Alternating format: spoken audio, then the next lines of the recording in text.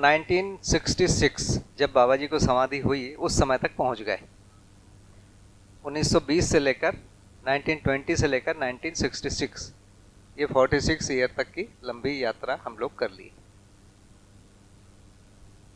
Hello, हाँ जी, एक minute भैया। भैया सेटल हो जाइए सभी।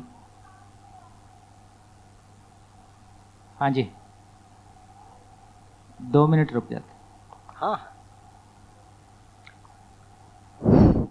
घटना है उसमें, जैसे आपने कहा कि बाबा जी शरीर से बाहर आए, तो उसके बाद समाधि तो उसके बाद होती है ना भैया? प्रश्न पूरा कर दीजिए। हाँ, तो हम ये कह रहे कि वो एक बार आए जैसे बाहर, तो वो फिर बार बार, ये बाबा ये बताते हैं मैं बार बार आता रहा फिर, या वो घटना के बाद वो दोबारा नहीं घटी? घटी है कि नहीं भैया पता नहीं, पर एक घटना का जिक्र उन्होंने किया कि पहली बार शरीर से कब बाहर है। उसके लिए उन्होंने कोई प्रयास भी नहीं किया, स्वतः ही हो गया। और उसकी कंडीशन भी एक बहुत विचित्र है कि देवी देवता या ऐसे बड़े जो जीवन हैं इनसे कुछ मांगना नहीं है, वो कह रहे हैं बाबा जी। कब इसमें मैसेज क्या है अंडरलाइन, तो 3 मैसेज है। ये इस प्रकार की प्रक्रिया को करने के लिए हमको परेशान नहीं होना है, बहुत प्रयास नहीं करना है या बिल्कुल प्रयास नहीं करना है। बाबा जी ने कोई प्रयास नहीं किया, ऑटोमेटिक हो गया। एक तो बात ये है ना। दूसरा, इसमें जो देवी देवता और इस प्रकार की चीजें, इनसे कुछ मांगना नहीं है। मांगने से देवी देवता जीवन जो भी श्रेष्ठ जीवन है वो परहेज करते। भिखारी से, वो दीनता वाले से कितना मिलेगा कोई? देखिए, दीनता वाले से कौन मिल पाएगा? कोई नहीं मिल पाएगा। तो हमारा ग्रेड कहीं ना कहीं से ऊपर होना चाहिए। दीनता हीनता क्रूरता से ऊपर उठ के ही इन ऊपर की साधना है, नहीं तो नहीं है। ये मैसेज है इसमें मुख्य रूप से। ये भी है कि हाँ, ये जो शरीर से बाहर जैसे जीवन है, हम मान रहे हैं, है ना, गठनपूर्ण परमाणु है, वो शरीर को चला रहा है। चला रहा है का मतलब है कि वो शरीर से अलग ही है, शरीर से वो जुड़ सकता ही नहीं है। भौतिक किसी रचना से या रासायनिक किसी रचना से जीवन चिपक ही नहीं सकता। वो गठन पूर्णता में साफ साफ कह रहे हैं कि समूह बंधन से मुक्त हो जाता है, वो समूह में रह ही नहीं सकता, है ना। तो अनुबंधन और भार बंधन से मुक्त हो जाता है वो। तो हर एक का जीवन वैसे ही है, केवल उसको समझ में आना चाहिए कि मैं शरीर से बाहर हूँ। तो वो समझ एक प्रकार की स्थिति है जिसको हम घटना के रूप में मान रहे हैं, है वास्तव में स्थिति। तो ये दूसरी चीज है। हो सकता है उसके बाद भी बहुत सारी घटना हुई होगी, परंतु बाबा जी ने नहीं बताया, है ना। या 2-1 घटना मान लो बताई भी होगी तो यहाँ पर जिक्र करना मुझे बहुत आवश्यक नहीं लग रहा है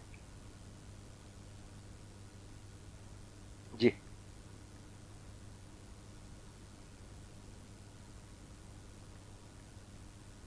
हेलो, जैसे आप बता रहे हैं कि वो जीवन परमाणु है, वो शरीर से बाहर है, तो शरीर के अंदर भी तो व्यापक है, वो उसके अंदर भी घूम रहा हो सकता है? जब वो किसी इलाके में घूम रहा है, मान लीजिए ये मानव शरीर में घूम रहा है, तो दोनों पैर की सारी उंगलियां, नाखून और ये घुटना, ये वो पूरा पूरा कवर कर रहा है। हाथ हिल रहा है तो भी वो तेजी से अपना जगह बदल दे रहा है।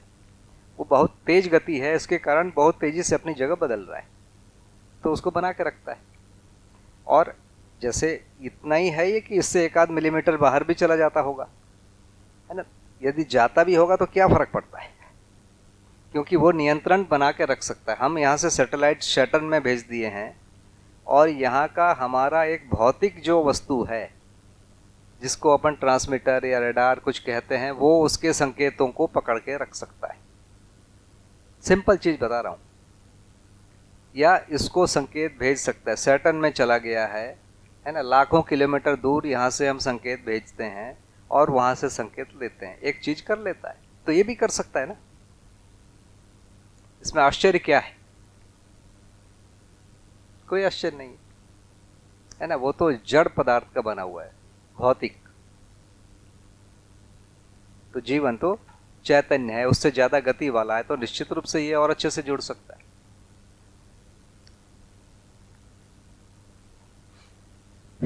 आगे बढ़ सकते हैं। ये आगे बढ़ सकते हैं। अब आई बात समाधि की। तो समाधि के बैकग्राउंड में एक घटना बताया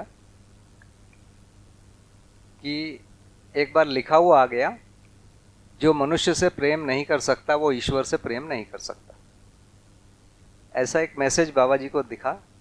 उस मैसेज से उन्होंने अपने जीने में परिवर्तन किया और उसके बाद आगे उनको समाधि हुई। तो ऐसा उन्होंने बहुत बार बोला है कि उनको कुछ कुछ चीज़ें समय समय पर लिखी हुई दिखी है और उसको उन्होंने अपनी ज़िंदगी में उतारा है। उतारने के बाद ही आगे की स्टेप आई। बाबा जी को लिखी हुई आ गई, मुझे बाबा जी ने बोल दिया या मुझे आपने बोल दिया, लेकिन उससे फ़र्क नहीं होगा। फ़र्क क्या होगा? जब मैं जीवन में उतारूंगा। मुझे लिखा हुआ आएगा तभी मैं जीवन में उतारूंगा, आचरण में उतारूंगा। ये कोई कंडीशन नहीं।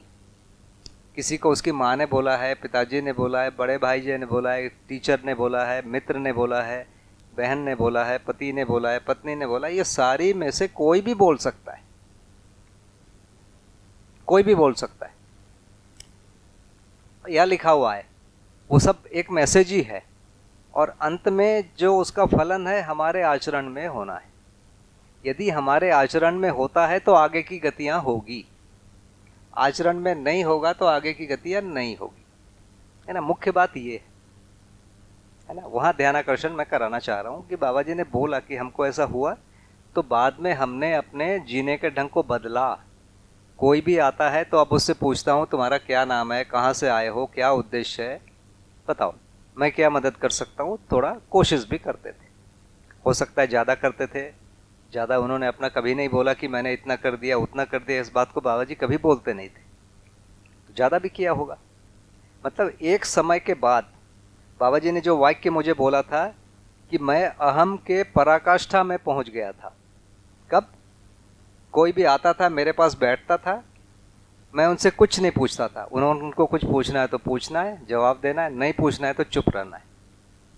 इसका नाम उन्होंने दिया कि मैं अहम के पराकाष्ठा में पहुंच गया था। उस समय समाधि नहीं हो रही थी, वहां से उनको वापस जाना पड़ा किसी जगह पर मानव सेवा के लिए। जो मनुष्य से प्रेम नहीं कर सकता वो ईश्वर से प्रेम नहीं कर सकता। तो समाधि तक पहुंचने के लिए भी कोई एक जगह है जहाँ पर मानव के साथ कम से कम द्वेष और विरोध तो नहीं चाहिए, किसी न किसी जगह पर सेवा या ऐसी चीजें चाहिए। ठीक है, ये मेरे को ध्यानाकर्षण कराना है।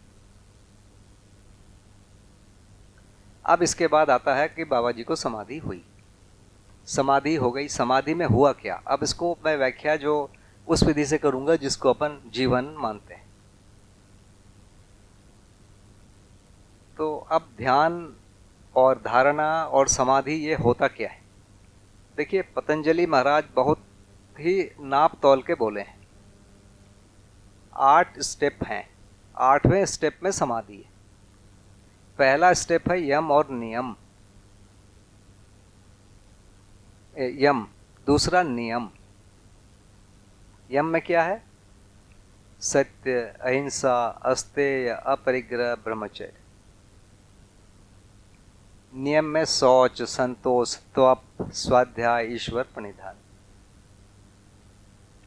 ये सुनने में बहुत छोटा लगता है, ये पूरी जिंदगी बीत जाती है, इसका प्रैक्टिस ही नहीं होता है। एक बाबा जी ने एक बहुत बड़े साधु से पूछा था कि तुमको यम नियम सद गया? वो ध्यान और ध्यान की बात करते थे।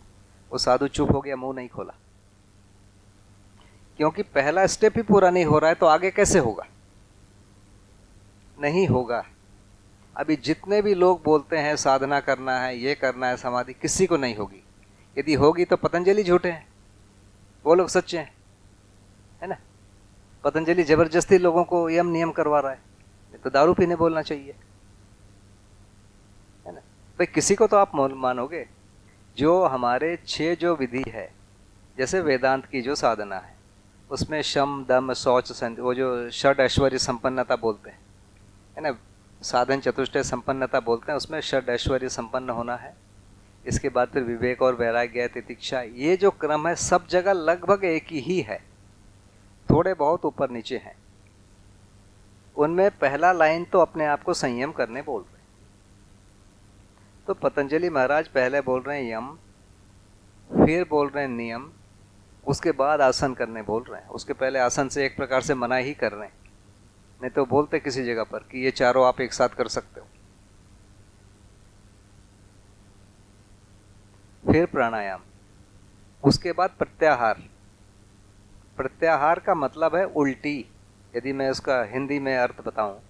आहार का मतलब है खाना, प्रत्याहार का मतलब है उल्टी। तो हम पांचों ज्ञानेंद्रियों से जो भी अंदर ले रहे हैं उसका नाम है आहार, उस वहाँ जहाँ प्रत्याहार लिखा हुआ है। मैं आँखों से कोई चीज़ देखता हूँ, मुझे कोई गाड़ी अच्छी दिखती है, प्रिय लग गया तो आहार हो गया। मुझे कोई चीज़ अप्रिय लग गई, किसी का चेहरा, वो भी आहार हो गया। कान से कोई बढ़िया म्यूज़िक सुन लिया, आहार हो गया। किसी की कर्कश आवाज़ सुन लिया, वो भी आहार हो गया। पांचों ज्ञानेंद्रियों से जो भी हम ले रहे हैं वो आहार है। अब प्रत्याहार करना है, माने उसको उल्टी करना है। इसी को कई जगह वैराग्य कहा गया है। माने एक समय आता है ये चारों करते करते, यम नियम करते करते ही आदमी को विरक्ति आ जाती है। आएगी ही आएगी। आकर्षण किस में बचेगा? ये सांसारिक चीज़ों से आकर्षण छूटना है ना पहला काम। उसके लिए यम बताया गया है, नियम बताया गया है, आसन बताया गया है, प्राणायाम। इसके बाद ऑटोमेटिक वो पांचवा स्टेप आएगा, वैराग्य आ जाएगा। कोई चीज़ अब अच्छा नहीं लगेगा बाहर की। इतना होने के बाद पतंजलि महाराज बोल रहे हैं कि कोई न कोई धारणा बनाओ। उसके पहले धारणा नहीं बनेगी। जो भी धारणा बनेगी वो आसक्ति का स्वरूप होगा। उसके पहले भी आप बना सकते हो, पर वो आसक्ति रहेगी। तो आसक्ति को छूटने के लिए ये 4-5 स्टेप है। ये आसक्ति छूट गई, फिर धारणा बनेगा ही बनेगा। और धारणा बनने के बाद ध्यान, फिर समाधि है। मैंने बाबा जी से पूछा था, तो आपने कितने समाधि वाले लोगों को देखा? तो उन्होंने 3 लोगों का नाम बोला था। अपने गुरुजी का नाम, महर्षि रमन का, और एक डोंगा जी महाराज थे जो बनारस में रहते थे। जब बाबा जी 40 बनारस जब गए थे, जो 1 वर्ष की साधना में, उस समय उनसे मिले थे। उस समय उनसे पूछा था बाबा जी ने, मैंने पूछा था बाबा जी से कि आपने उनसे पूछा? तो उन्होंने बोला कि हमने पूछा था उनसे। उन्होंने कहा कि हमारी सारी इच्छाएं शांत हो गई। इस भाषा में उन्होंने बोला। तो बाबा जी कहते हैं कि मेरे में जो लक्षण आया था समाधि के बाद, मैंने उन तीनों में ये लक्षण देखा है। मैंने और भी पूछा बाबा जी को कि किसमें और लक्षण आपने देखे? तो बाबा जी ने एक व्यक्ति को बोला था ध्यान का, केवल एक, बहुत सारे साधकों में। उसको बोला था कि ध्यान होता था उनको, और जब समाधि लगने के पहले सारे विचार मरने लगते हैं, और उस समय आदमी डर जाता है। तो वो व्यक्ति डर गया, उसको समाधि हुई नहीं। मतलब ध्यान के बहुत हायर स्टेज में पहुंचने के बाद आदमी डर गया और समाधि नहीं हुई। एक व्यक्ति को बाबा जी ने मुझे बोला। और एक व्यक्ति के बारे में बोला था कि उनका धारणा भूमि तैयार हो गया था, पक्का हो गया था। तो कुल बाबा जी ने ये 5 लोगों के बारे में बोला है। जिनको धारणा है वो एक आदमी बोला मुझे, जितने बाबा जी को मिले। हो सकता है मतलब और भी ज़्यादा, लेकिन मेरे को जो बोला उन्होंने एक ही बोला। एक ध्यान वाले बोला, 3 उन्होंने समाधि वाले बोला। तो ये बड़ी स्थितियां हैं, इसको अपन बहुत हल्का मानेंगे तो भी बहुत मुश्किल है ना। यम नियम सधने के बाद ही ऊपर की साधनाएं हैं। तो मैंने बाबा जी से पूछा था कि ये जो लोग साधना करते हैं इनका कुछ होता क्यों नहीं है? बोले इन सबका ध्यान आसक्ति में है, ये आसक्त हैं। आसक्ति दूसरे स्वरूप में पर धन, पर नारी या पर पुरुष और पर पीड़ा का स्वरूप ही है। इसमें इनका मन लगा रहता है, ध्यान के नाम से इसी को सोचते रहते हैं। उसी में उनकी गति बनती है, ज़्यादा बढ़िया ये सब कर पाते हैं। क्या सब? पर धन, पर नारी, पर पुरुष, पर पीड़ा। इसी का प्रैक्टिस में समझ जाता है। इसीलिए वो चीज़ हटना बहुत जरूरी है जिसको यम और नियम बोला गया, या साधन चतुष्टय संपन्नता बोला गया। इनमें यदि आप जाएंगे तो इसमें सकारात्मक चीज़ों को भी छोड़ना पड़ता है, नकारात्मक को तो छोड़ना पड़ता ही है। इन विधियों में जाएंगे। लेकिन यदि हम इस दर्शन के साथ जुड़े हुए स्वधन, स्वनारी, स्वपुरुष, दयापूर्ण कार्य में जाएंगे तो इसमें सारे सकारात्मक चीज़ों को रखना है और सारे नकारात्मक चीज़ों को छोड़ना है। तो इसलिए ये रास्ता उनकी तुलना में बहुत ज़्यादा सरल है, जो दर्शन जो बता रहा है, स्वधन सोनारी स्वपुरुष दयापूर्ण कार्य वाला। तो जब बाबा जी को समाधि हुई, अब उसकी बात कर रहे हैं, तो समाधि में हुआ क्या, तो पहले हम पहुंचेंगे धारणा में क्या हुआ। तो बाबा जी ने जो धारणा बनाया उसका नाम है श्री विद्या वाली धारणा। तो पतंजलि महाराज जो धारणा बोल रहे हैं, चित्त में किसी एक ही वस्तु को स्थापित कर लें, कोई दूसरी वस्तु न आए, उसका नाम है धारणा। तो बोलते हैं कि किसी सिद्ध का नाम हो सकता है, ओंकार हो सकता है, ऐसा बहुत सारी चीज़ों को बोला। और एक जगह फाइनली अंत में उन्होंने बोला किसी भी चीज़ पर आप धारणा कर सकते हो, फूल पर, पत्थर पर, किसी पर भी। उन्होंने ये तो नहीं कहा फूल पर या पत्थर पर, लेकिन फाइनली लिखा किसी पर भी।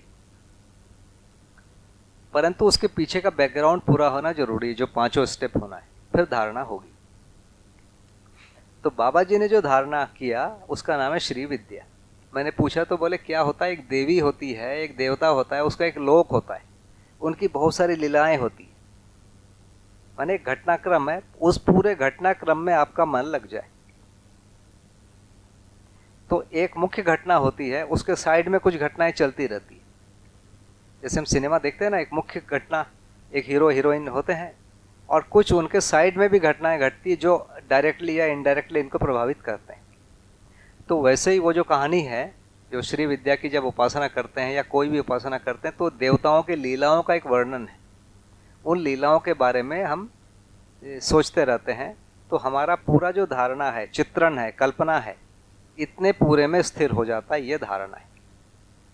इस धारणा में छोटा होने लगता है, बाकी कैरेक्टर कम होने लगते हैं, धीरे धीरे देवी का कैरेक्टर बढ़ने लगता है, और एक समय जो मुख्य देवी है वो आ जाती है, जो हमारी धारणा का मेन ऑब्जेक्ट।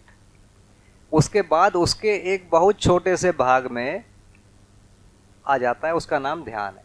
तो एक बिंदु के बराबर या बिंदु से भी छोटे जगह में हमारा एकाग्रता हो जाता है, उसका नाम है ध्यान। पहले पूरा लोक रहता है, धीरे धीरे कम होके वो देवी या देवता जो भी है, फिर उसके इतने से छोटे से पार्ट में मन, या मन बोलोगे या अंतःकरण बोलेंगे या मन, वृत्ति, चित्त, तीनों जो हैं वहाँ पर एकाग्र हो जाते हैं, उसका नाम है धारणा से ध्यान।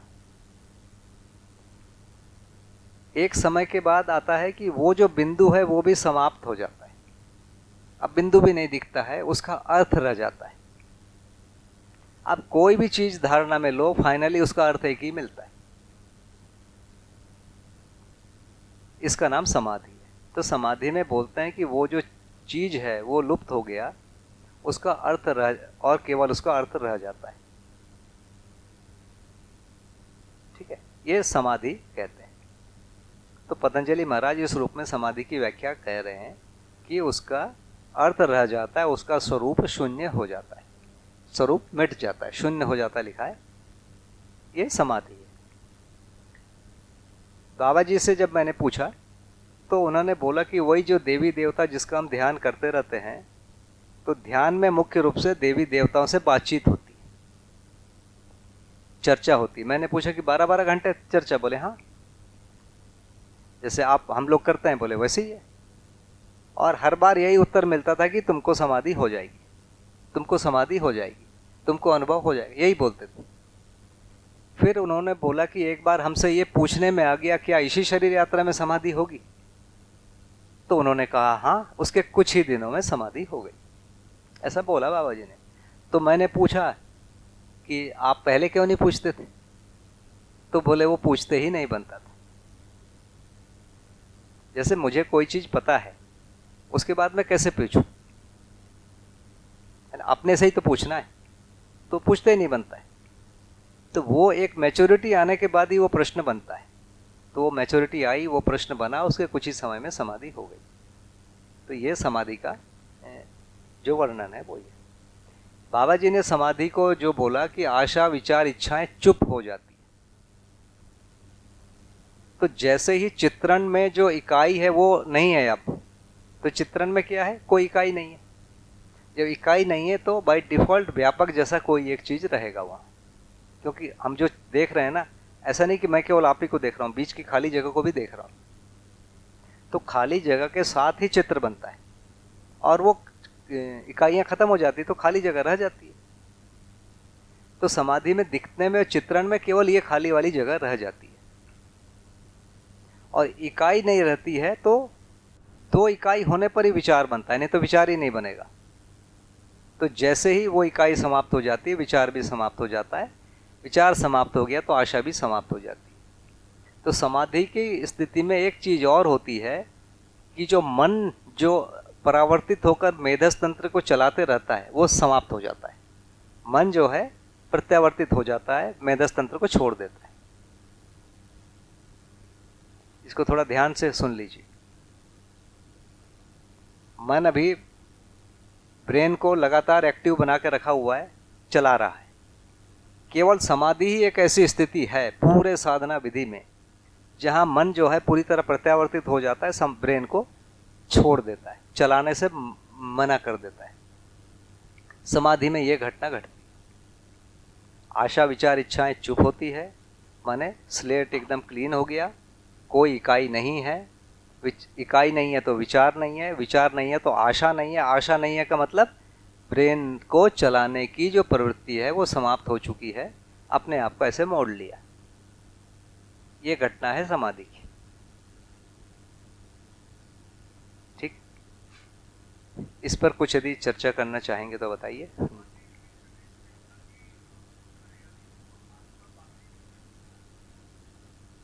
देखिए, एक घटना मैंने बताया है, जब शरीर को छोड़ के बाबा जी बाहर आ गए थे। उस घटना में शरीर को छोड़ने का मतलब क्या है? थोड़ी दूरी ज्यादा हो गई, लेकिन शरीर का पर नियंत्रण बनाए रहते हैं। शरीर का मतलब ब्रेन पर।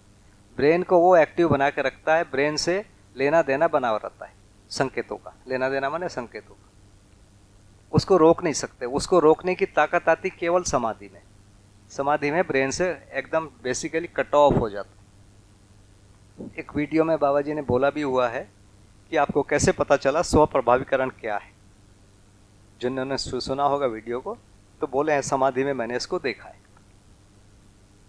जो मृत्यु में जो चीज होती है ना, मृत्यु में जीवन जो है वो शरीर को या ब्रेन को चलाने से हट जाता है, और वो अपने आप नहीं होता है। वो शरीर के मरने से होता है, जीवन के इच्छा से नहीं होता है। वो जीवन की योग्यता नहीं रहती है। वो जीवन की योग्यता केवल समाधि में हो पाती है कि वो शरीर को चलाने से मना कर सके। नहीं तो आसक्ति है, इसी का नाम आसक्ति है। आसक्ति का जो सबसे चरम आसक्ति है वो है शरीर को चलाने की प्रवृत्ति, वो बंद होती है। जी बोले माइक से।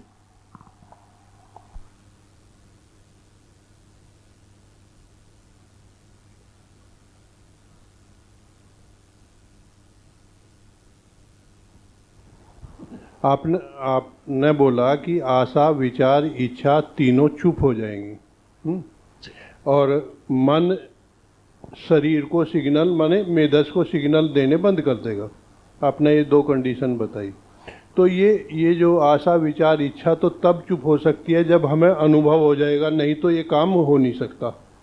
तो इसका मतलब ये है कि समाधि अनुभव के बाद की प्रक्रिया है या अनुभव से पहले की प्रक्रिया? आशा विचार इच्छा चुप होने का मतलब क्या है? आशा माने मन का परावर्तन होना, और ये ब्रेन तक परावर्तित होना।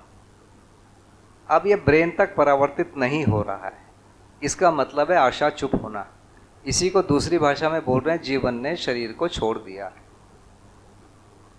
या जो बाहरी परिवेश है जीवन का वो ब्रेन तक परावर्तित होता है, वो परावर्तन को रोक पाना, यह आशा चुप होने का मतलब है। विचार चुप होने का मतलब वृत्ति जो संकेत मन से लेती है या देती है, या वृत्ति जो संकेत चित्त से लेती है या चित्त को देती है, वो चुप हो जाना। वृत्ति अपने आप में जो घूमता है वो घूमता ही रहेगा, मन अपने आप में जो आवर्तन गति करता रहता है वो करता ही रहेगा, क्योंकि ऑर्बिट तो बंद होगा नहीं। ये सब ऑर्बिट हैं जो घूम रहे हैं, लेकिन आपस के संबंध बंद हो रहे हैं। मन के पास शरीर को देने के लिए कुछ भी नहीं है, शरीर को देने के लिए वस्तु चाहिए। वैसे ही मन के पास वृत्ति को देने के लिए या वृत्ति से लेने के लिए कुछ नहीं है। ये मन चुप होने का मतलब है। वैसे ही वृत्ति मन को देने के लिए कुछ नहीं है, वृत्ति चित्त को देने के लिए या लेने के लिए कुछ नहीं है। इसका मतलब है वृत्ति चुप हुई। इसी प्रकार चित्त न तो वृत्ति को कुछ लेगा या देगा, इसी प्रकार बुद्धि को न कुछ देगा या लेगा। इस प्रकार की स्थिति का नाम है चित्त चुप होना। तो मन वृत्ति चित्त चुप होते हैं। इसी को दूसरी भाषा में बोला आशा विचार इच्छाएं चुप हुई। नहीं, इसमें दो प्रक्रिया है। जब हम बाहर से सोचते हुए चलते हैं तो हमारा विचार चलता है आस्वादन के बाद में, और दूसरी प्रक्रिया ये है कि जब हमें अनुभव हो जाता है या हमारी धारणा बन जाती है या चिंतन शुरू हो जाता है, न्याय धर्म सत्य के आधार पर जीना शुरू करते हैं, तो तब विचार बनता है।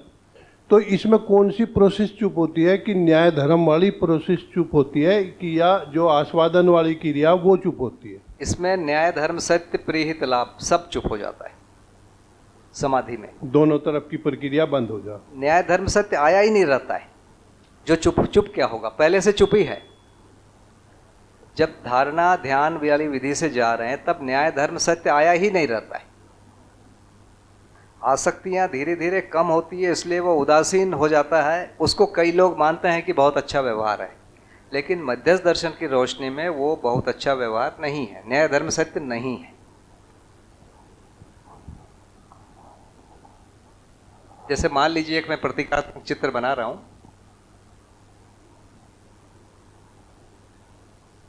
तो ये जो है चित्त जो है, ये चित्त है,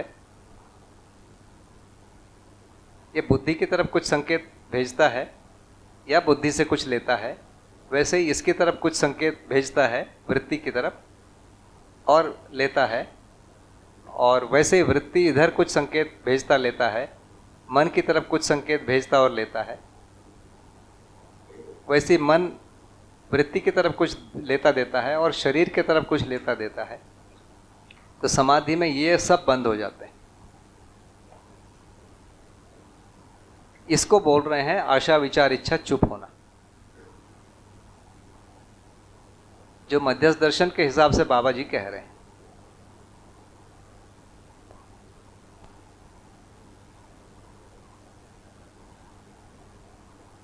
ये वाला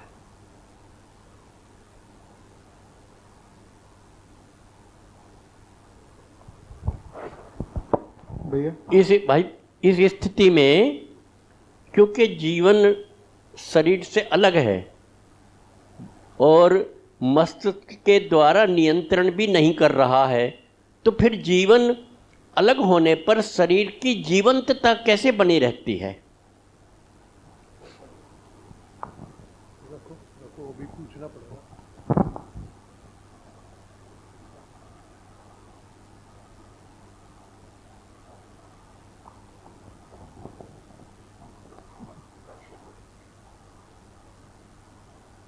ठीक है, दो अलग अलग चीजें हैं यहाँ पर। जैसे मेरे पास एक ब्लूटूथ, यदि ये बैटरी इसकी चार्ज हो जाए और उसके बाद मैं मोबाइल से कनेक्ट कर सकता हूँ, चाहे तो नहीं कनेक्ट कर सकता हूँ। तो एक कंडीशन है, ब्लूटूथ चार्ज है, मेरा मोबाइल चार्ज है, ये दोनों कनेक्टेड नहीं। दूसरा है ब्लूटूथ चार्ज है और मेरा जो मोबाइल है वो उससे कनेक्टेड है चार्ज होने के बाद।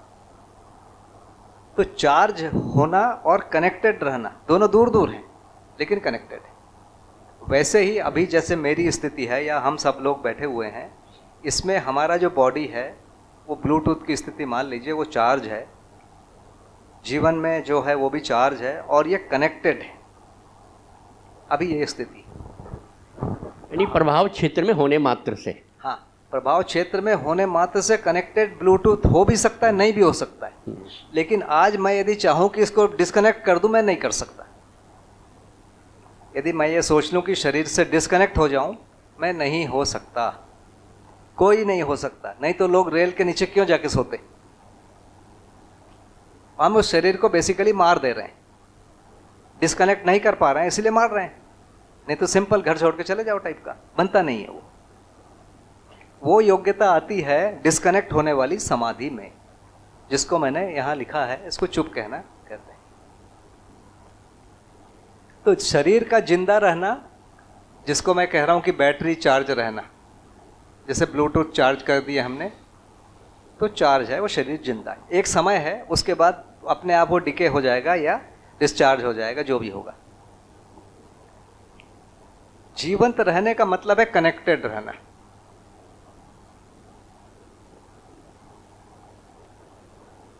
कनेक्टेड रहना किससे? जीवन से।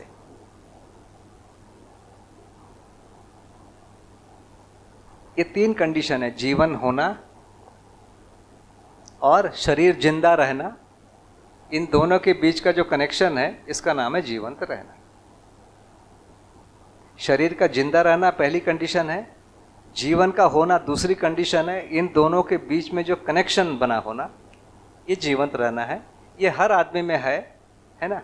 लगभग क्या सभी आदमी में है। कोमा टाइप की स्थिति को भी हम छोड़ दें, उसका समझ में नहीं आता है। हम सब ऐसे ही स्थिति में, हम चाह के भी इस कनेक्शन को ख़त्म नहीं कर सकते। मैं भी नहीं कर सकता, आप लोग भी नहीं कर सकते। ये मजबूरी है। इसी का नाम है आसक्ति।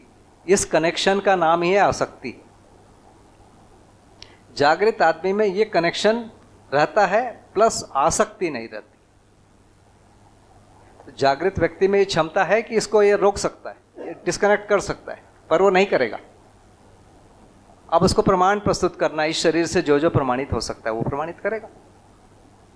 तो हमारा यहाँ इस जगह पर इस कनेक्शन के साथ अधिमूल्यन, अवमूल्यन, निर्मूल्यन दोष है, और जागृत व्यक्ति का भी कनेक्टेड है लेकिन दोष रहित है। इसी का नाम है न्याय धर्म साहित्य है।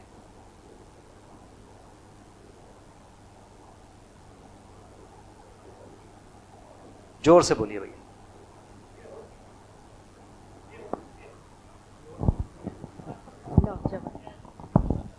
बेहोशी का मतलब जिंदा है परंतु इसके साथ डिस्कनेक्ट हुआ है, थोड़े देर का, ज्यादा देर का। केवल प्राण एक मतलब जिंदा रहने में प्राण शामिल है, जिसको हम जिंदा रहना कह रहे हैं ना, या चार्ज रहना कह रहे हैं, मतलब उसमें प्राण रहना। ये मतलब प्रश्न ये है कि जीवन से शरीर जिस माध्यम से कनेक्ट रहता है वो क्या है? शरीर का मतलब है शरीर के साथ 5 प्राण और 5 उपप्राण सहित जो चीज है उसका नाम शरीर है। आप एक को भी अलग नहीं कर सकते, है ना? तो कनेक्ट होगा तो प्राण से ही होगा, है ना? जिंदा रहने का मतलब ही है कि प्राण समेत रहना और कनेक्टेड रहना और जीवन रहना, ये 3 चीजें। इसमें जो आपने इधर कंडीशन लिखी है कि मन, वृत्ति, चित्त ये शांत हो जाते हैं और समाधि की अवस्था में, तो इसमें ऐसा क्या घटित होता है जिसकी वजह से वो शांत हो जाते हैं?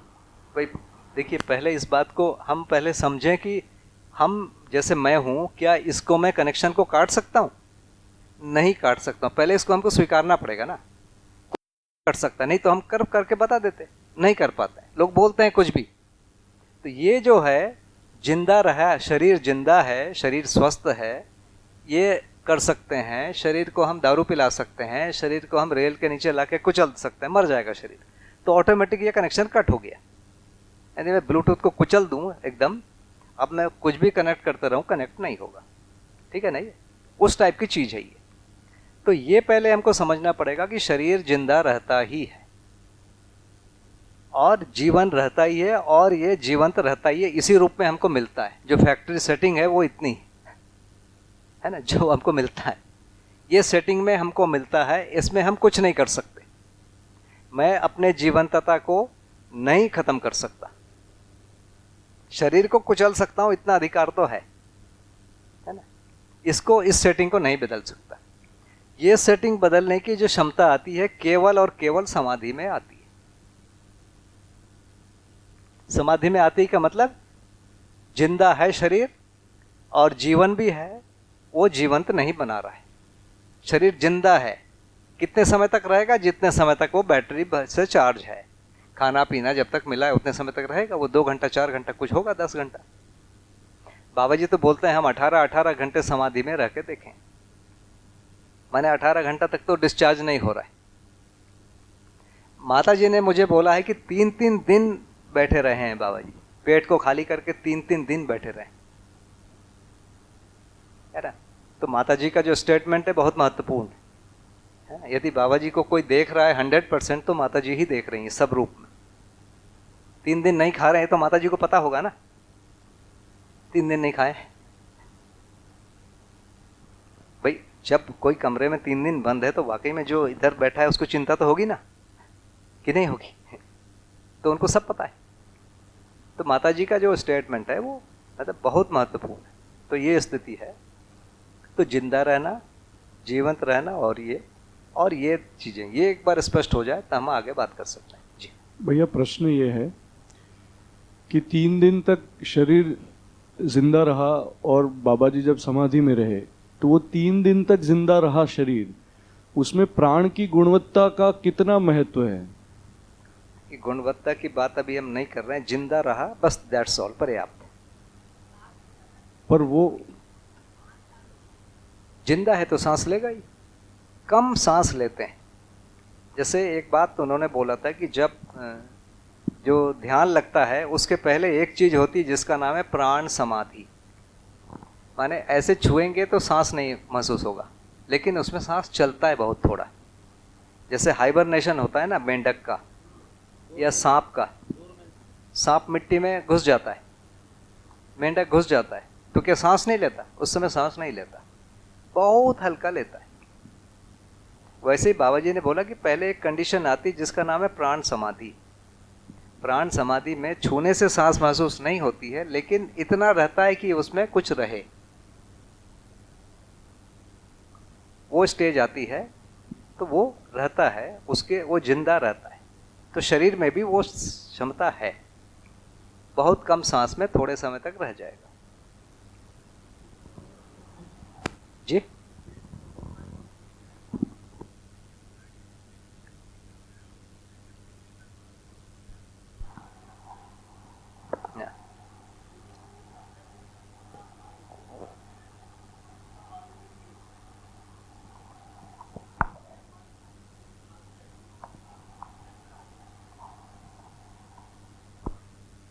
ठीक है भैया, आपके उत्तर हुआ नहीं हुआ बताइए।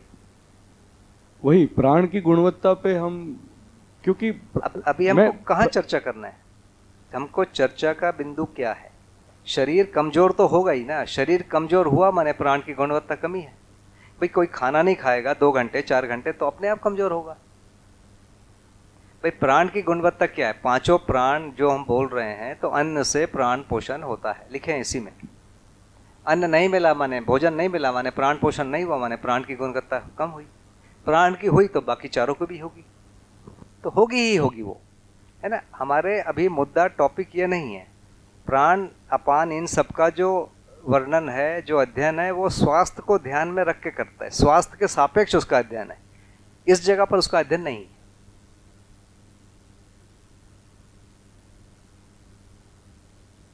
भैया ये अपने जैसे पतंजलि योगा सूत्र के 8 स्टेप्स जैसे लिखते हैं, तो उसमें मैं वापस पहले ही 2 स्टेप में आऊँगा। तो पहले जो 2 स्टेप्स देखता हूँ वो मेरे को नहीं लगता कि बिना न्याय धर्म सत्य को पहचाने वो स्टेप्स हम ला सकते, क्योंकि जैसे संतोष है, सत्य है, non violence by thoughts words and action सब कुछ है।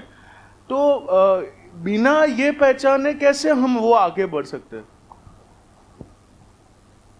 उस समय न्याय धर्म सत्य की बात ही नहीं। बताया ना कि बच्चे को छोड़ के चले जाना, माँ को छोड़ के चले जाना, पिताजी को छोड़ के चले जाना, ये सब किए हुए हैं सारे साधु, है ना। और उनको समाधि हो गई। तो न्याय धर्म सत्य अलग चीज है। ये जो नियम बिल्कुल अलग चीज है। नियम में सही को भी छोड़ देना है, गलत को तो छोड़ना है ही है। जैसे स्वधन में कुछ कमाना है, लेकिन उधर वैराग्य में कमाना नहीं है। मिल गया तो खा लेना है, नहीं मिल गया तो नहीं खाना है, वो मंडन सीखता है।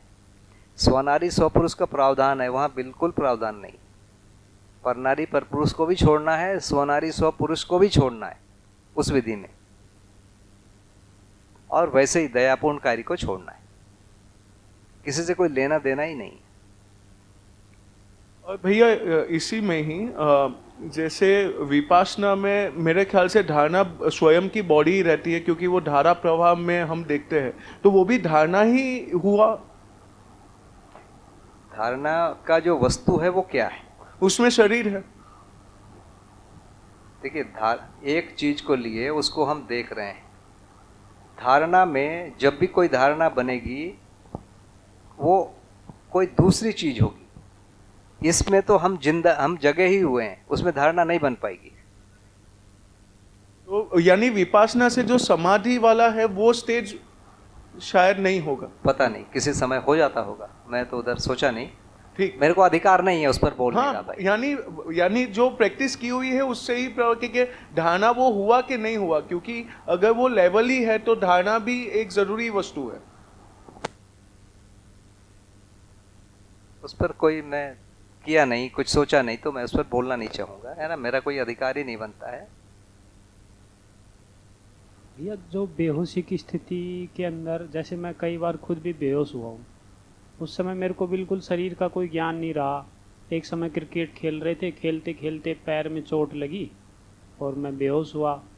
और फिर बाकी बता रहे थे कि तो ज़ोर से गिरा, लेकिन मेरे को कुछ चोट वोट या गिर रहा हूँ ऐसा कोई अनुभव ही नहीं था। बाद में आंखें खुली तो मेरे को वो मसल रहे हैं पैर वैर को, क्या हो गया। तो इसमें ये जो जीवंत रहना, मतलब ये कनेक्शन डिस्कनेक्ट होता है या बैटरी डेड होती है? नहीं, डिस्कनेक्ट कैसे होगा? जीवन उसको चलाते रहता है। उसमें मेधस तंत्र में कोई चोट लग जाती है, उसके कारण जो कनेक्शन है वो सुचारू रूप से नहीं। चोट तो पैर में लगी थी मेरे। कहीं भी लगे, उसका असर ब्रेन पे होता है। भैया, एक बात शेयर कर रहे थे कि जैसे बाबा जी की परिभाषा संहिता में हमने पढ़ा निद्रा का, कि शरीर का संचालक जब अपनी संचालन क्रिया को कम कर देता है या रोक देता है तब शरीर निद्रा में रत होता है।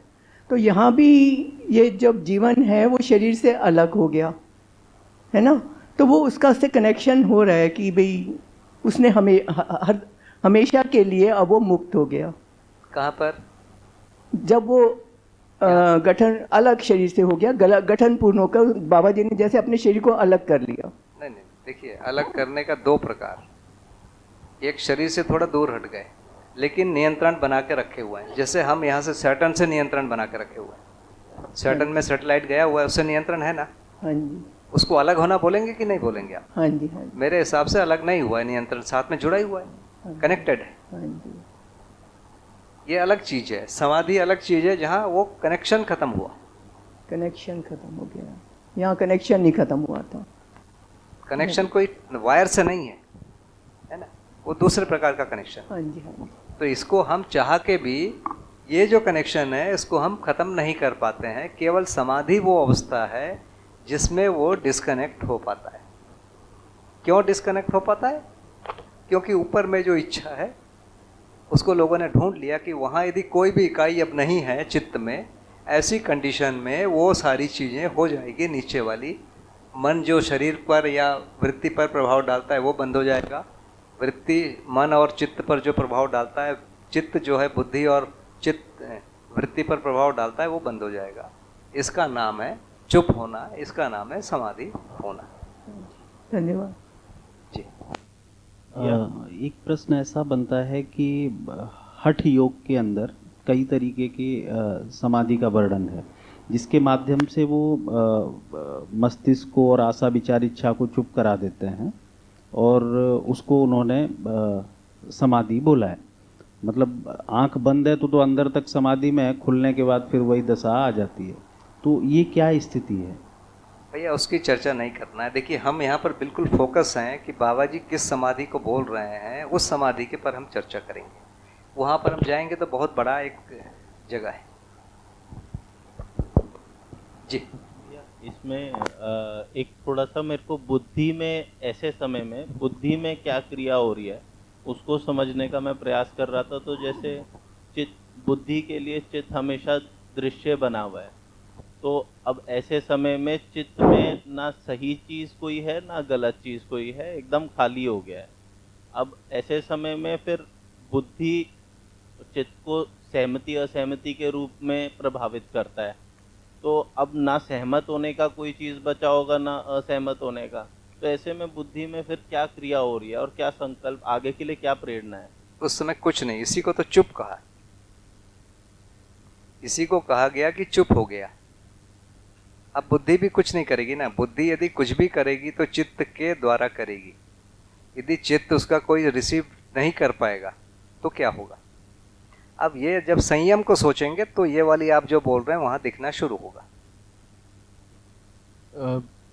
वैसे तो इस बारे में थोड़ा सा उस दिन राकेश भैया ने रखा था, लेकिन फिर भी आपसे भी एक बार पूछना चाह रहा हूँ कि इस समय पे पूर्व स्मृतियाँ और जो पूर्व चित्रण होते हैं तो वो कहाँ पे होते हैं और वो कैसे रहते हैं? देखिए, समाधि में जब चले गए उस समय आशा विचार इच्छाएं चुप हो गई। उसके बाद वापस शरीर अध्यास आ गया, जैसे बाबा जी को आया। उसके बाद उनको पता था कि ये मेरा घर है, ये मेरा नाम है, ये मेरी पत्नी है, ये मेरे बच्चे हैं, सब उनको पता है। वो सारी स्मृतियां एज इट इज आ गई। स्मृति में कोई भी लॉस नहीं हुआ। तो समाधि के समय वो कहाँ गया था? तो उसकी दो विधि मेरे को समझ में आती है। या फिर वो चित्त में ही किसी जगह पर उसको लॉक कर दिया, चित्त से बाहर ना जाए।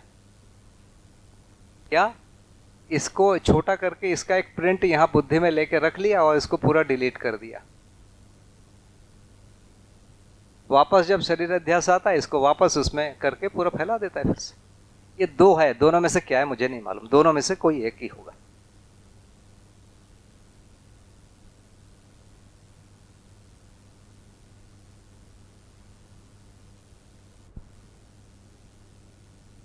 ठीक, यदि समाधि वाला पूरा हो गया तो फिर हम आगे बढ़ पाएंगे। ये एक बार स्पष्ट होना जरूरी है, नहीं तो हम वो संयम को नहीं पहचान पाएंगे। इस बारे में बाबा जी ने क्या कहा भैया? बाबा जी ने क्या कहा? किस बारे में? ये जो आप बता रहे हो ना कि जिप के अंदर या तो चित्त में ही ये मैंने नहीं पूछा भैया। उस समय तक यहाँ तक हम पहुँचे ही नहीं थे। बाबा जी के साथ डिस्कशन करने के लिए हम अपने तर्कों को वहाँ तक नहीं ले जा पाए थे। क्या होता था, आज बाबा जी से कुछ पूछा, उन्होंने कुछ बोला, उसको कभी 2 महीना, कभी 4 महीना, कभी 6 महीना हम सोचे। ऐसा नहीं कि हम कंटिन्यूअस सोच रहे हैं, कभी सोचे फिर छूट गया, फिर दूसरा काम आ गया। फिर एक समय में आगे बढ़ के जाते हैं कि यदि जो बाबा जी बोल रहे हैं उस पर यदि हम आगे सोचते हैं तो शायद ये कंडीशन आए, शायद ये आए, शायद ये आए। ऐसा जब प्रश्न बनता था फिर उनसे दोबारा पूछता था और उनको एक लाइन बोलना है। फिर हमारा 6 महीना या 1 साल गया, 1 साल भिड़े रहो, है ना। उसके बाद फिर हम और उसका आगे का सोचते थे। तो वो डिस्कशन ऐसा होता है, वो एक लाइन में ही बोलते हैं और हमको खुद सोच के शोध कर करके वहाँ तक पहुँचना होता है, आगे के प्रश्न तक या जिज्ञासा तक। तो वहाँ तक जाना होता है। ठीक है ना।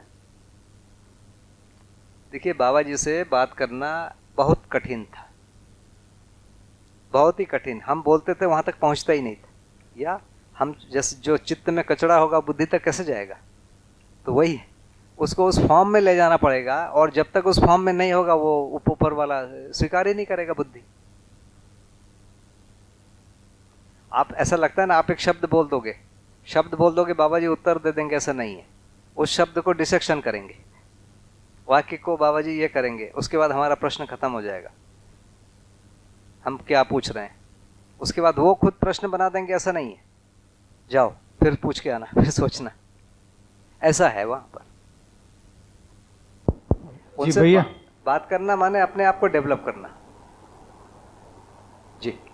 जी भैया, इधर सामने। तो मन प्रत्यावर्तन हो जाता है तो जिस शरीर से डिस्कनेक्ट हो जाता है, ठीक है? नहीं, समाधि में जब मन दोनों परावर्तन प्रत्यावर्तन दोनों बंद हो गया। हाँ, तो प्रत्यावर्तन परावर्तन दोनों बंद हो गए तो डिस्कनेक्ट हो गया। फिर उनको शरीर को कनेक्ट करने के लिए जो पीरियड है, क्योंकि शरीर इसके बाद तो कुछ समय के बाद शरीर शांत हो जाएगा, क्योंकि डिस्कनेक्ट हो गया तो शरीर का जो जितना भी है वो वहाँ तक रहेगा। तो उनको ऐसा ख्याल रहता है कि भाई इसके समय से पहले हमको शरीर से कनेक्ट हो जाना है, तो शरीर का उनको ध्यान रहता है उस समाधि में कि मुझे वापस कनेक्ट करना है। ऐसा वो ऐसा बोले हैं बाबा जी, कई बार बोले हैं। जैसे हम ऐसा सोच के रखते हैं, चाहते हैं कि आप 12 घंटे बाद जगना है, तो 12 घंटे बाद शरीर अध्यास आता है। 3 घंटे बाद चाहिए तो 3 घंटे बाद आता है, 2 घंटे बाद चाहिए तो 2 घंटे बाद, वो नियंत्रण आ जाता है।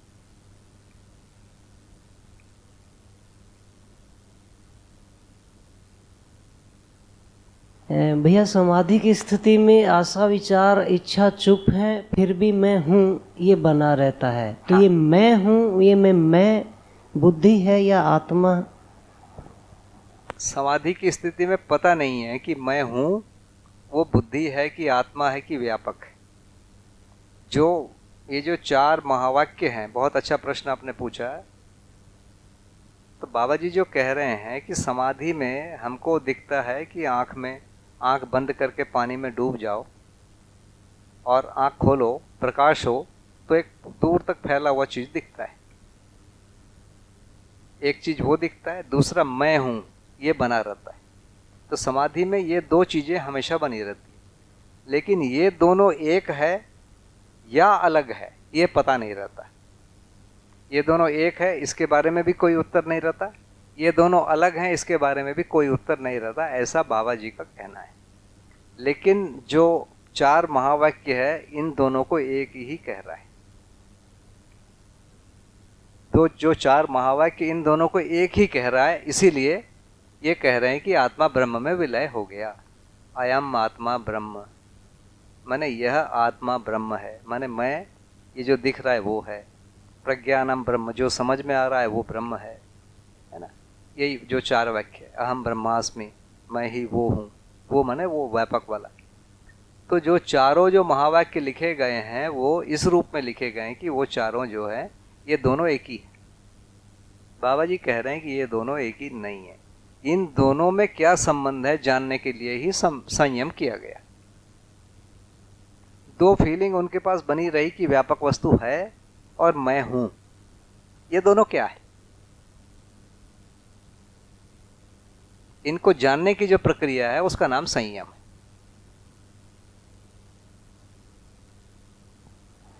तो भैया अनुभव संपन्नता के बाद तो ये अर्हता आ ही जाती होगी कि उस समय बता पाएं कि उस समय दृष्टा कौन था। हाँ। तो बुद्धि को या आत्मा को समाधि की स्थिति में किसको दृष्टा या मैं किसको कहा? देखिए, चित्त का दृष्टा बुद्धि ही होगा, आत्मा होगा नहीं। आत्मा होगा तो बुद्धि का ही दृष्टा होगा।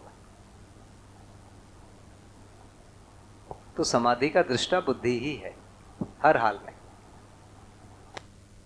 जी, 2 बातें मुझे समझ में आ रही हैं। एक तो ये कि जब समाधि की स्थिति हुई तो जीवन शरीर से अलग हुआ और जीवन के जो बाकी अवयव हैं, मन, वृत्ति, चित्त, इनके अंदर भी ट्रांजैक्शन बंद हुआ। तो दोनों स्थितियां मैं सही समझ पा रहा हूँ।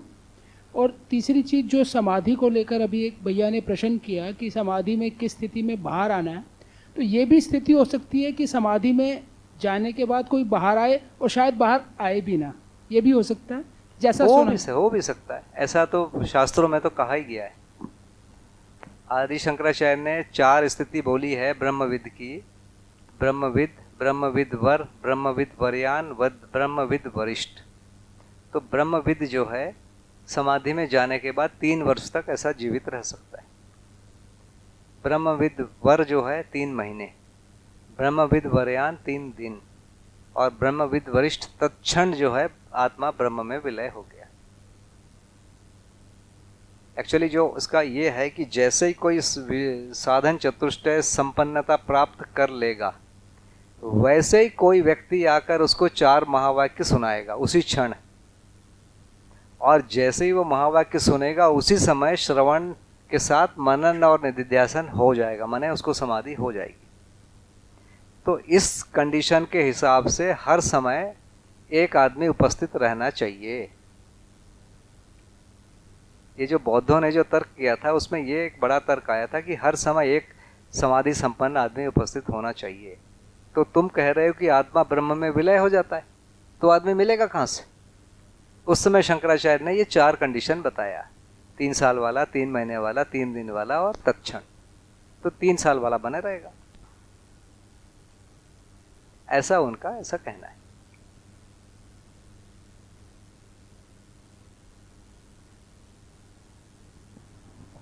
भैया समाधि की स्थिति में बाबा जी को मैं हूँ और व्यापक है ये दो अलग है, ऐसा निश्चय उनका पहले से था? क्योंकि उन्होंने पहले ब्रह्म वाक्य तो सुने ही थे, तो उन्होंने जब समाधि की स्थिति प्राप्त की तो उन्हें ऐसा क्यों नहीं अनुभूत हुआ कि मुझे ब्रह्म दिख गया या आत्मा में मैं अनुभूत हो गया और यही स्थिति फाइनल है? उन्हें ऐसा क्यों नहीं लगा कि ये ज्ञान हो गया? मुझे लगा नहीं, क्यों नहीं लगा पता नहीं, उनको लगा नहीं, उसको ही शोध करना पड़ा। उसको शोध करने की प्रक्रिया का नाम ही संयम है ना। क्योंकि उनके आशा विचार इच्छा अगर चुप हो गए थे तो ये जो प्रश्न उनके मन में बना रहा वो कहाँ बोध में निश्चयन के रूप में था? समाधि के समय कोई प्रश्न नहीं है, क्योंकि प्रश्न की जगह आशा विचार इच्छा ही है। जैसे ही वापस शरीर अध्यास आता है तो ये ध्यान आता है कि क्या मेरे प्रश्न का उत्तर मिला? नहीं मिला, नहीं मिला, तो ये प्रश्न क्या है? उस कंडीशन में भी नहीं आया तो फिर उनको, अब हम संयम वाले ग्राउंड पर पहुंच गए। मेरे ख्याल से इतना जो प्रश्न चला, अब बाबा जी ने संयम में क्या किया?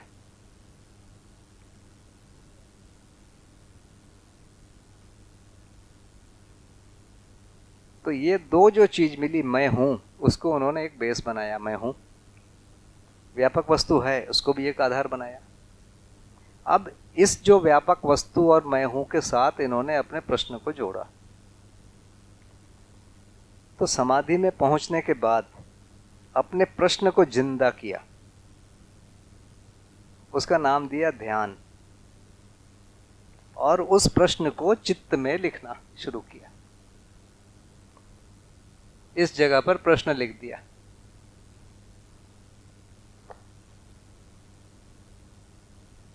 प्रश्न लिख दिया माने चित्रण स्टार्ट किया।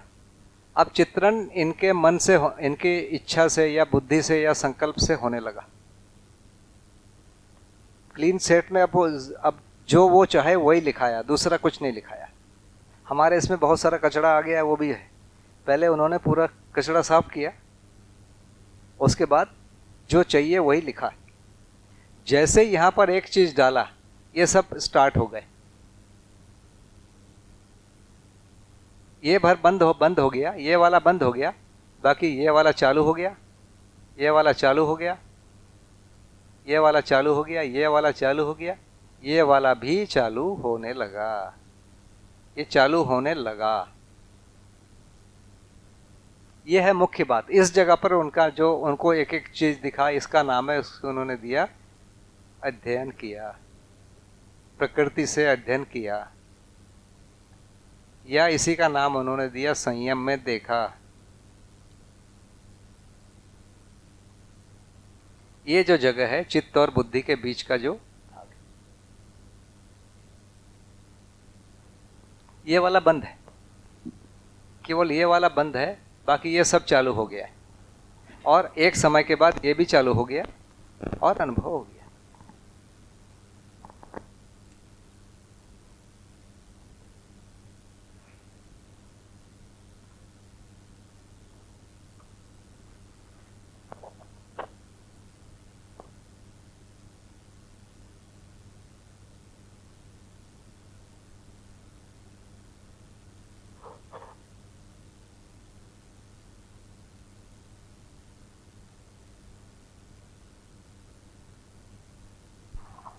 इसको भी एक बार फिर से रिपीट कर दें, फिर से एक बार रिपीट कर दें।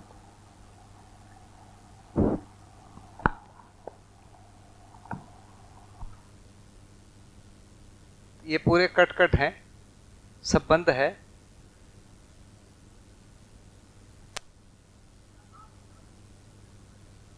जी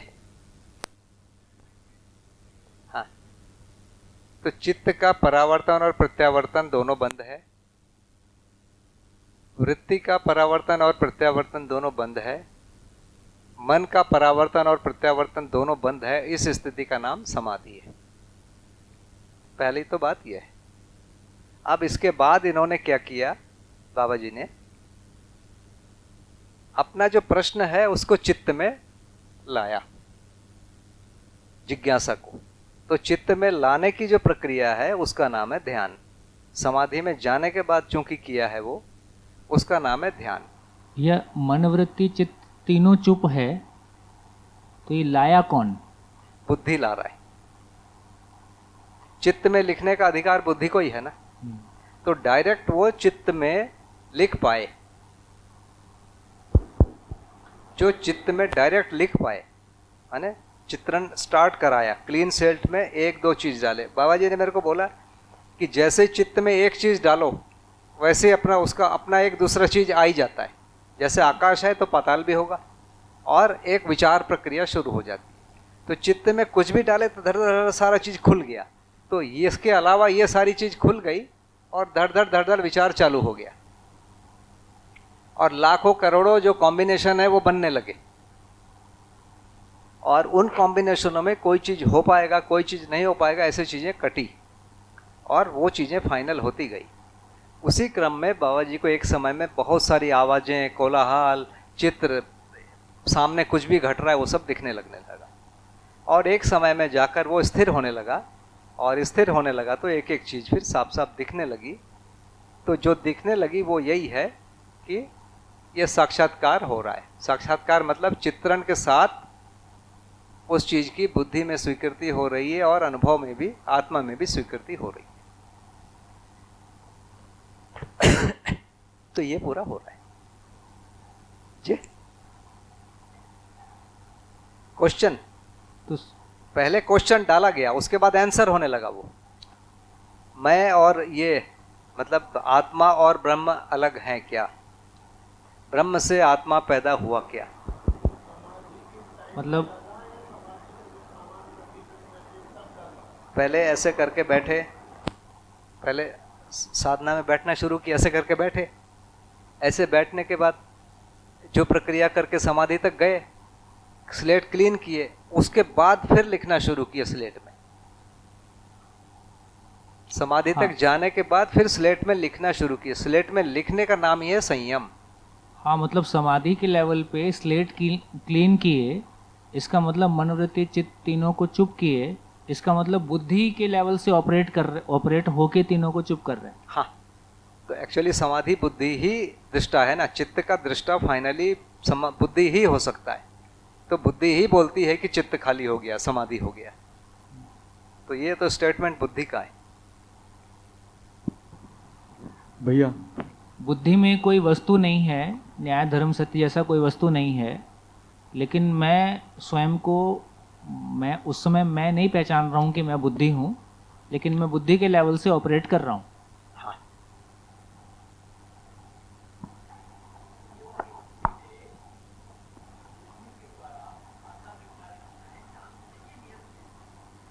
हाँ, बुद्धि के द्वारा आशा विचार इच्छाएं, सही वाली आशा विचार इच्छाओं को पहचाना गया और उसको स्थिर किया गया।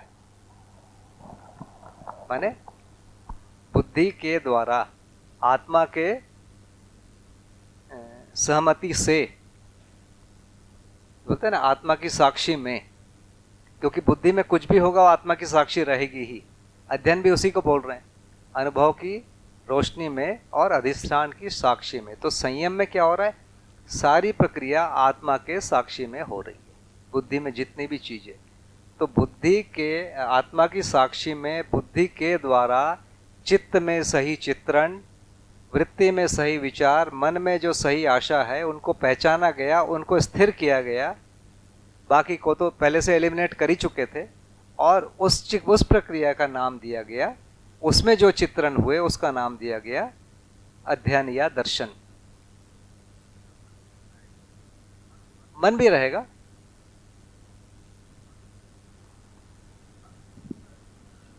अब मन, अब शरीर से मन के विचलन का कारण शरीर से, देखिए ना, उसको तो रोक दिए। अब शरीर से कुछ भी संकेत न ले रहा है न दे रहा है, तो अब विचलित होने का कोई चांस ही नहीं है। जो कुछ आ रहा है ऊपर से आ रहा है। मन का विचलन का कारण क्या है? शरीर। भाई युवावस्था में एक प्रकार का अलग विचलन है ना, वो बचपने में नहीं है, तो उसका मतलब क्या है? ये शरीर का ही है। बुढ़ापे में एक अलग प्रकार का प्रॉब्लम है, वो शरीर का प्रॉब्लम है।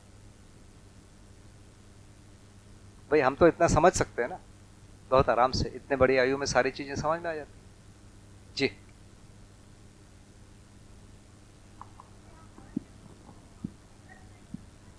किसमें?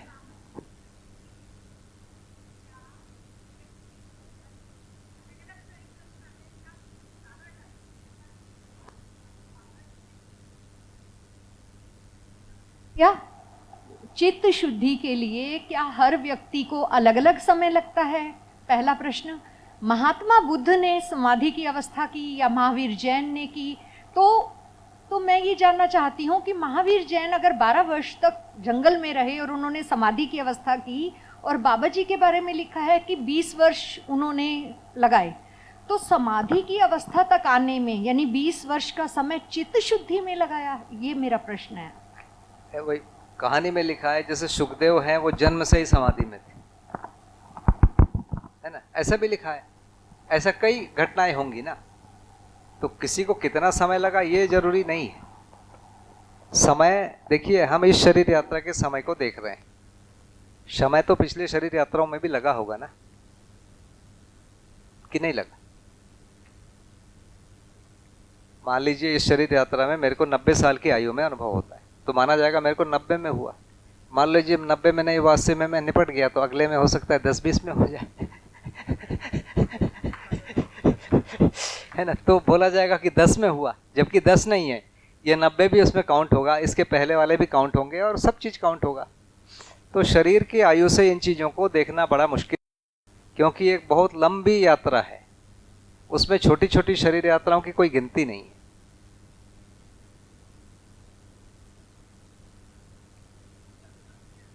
जी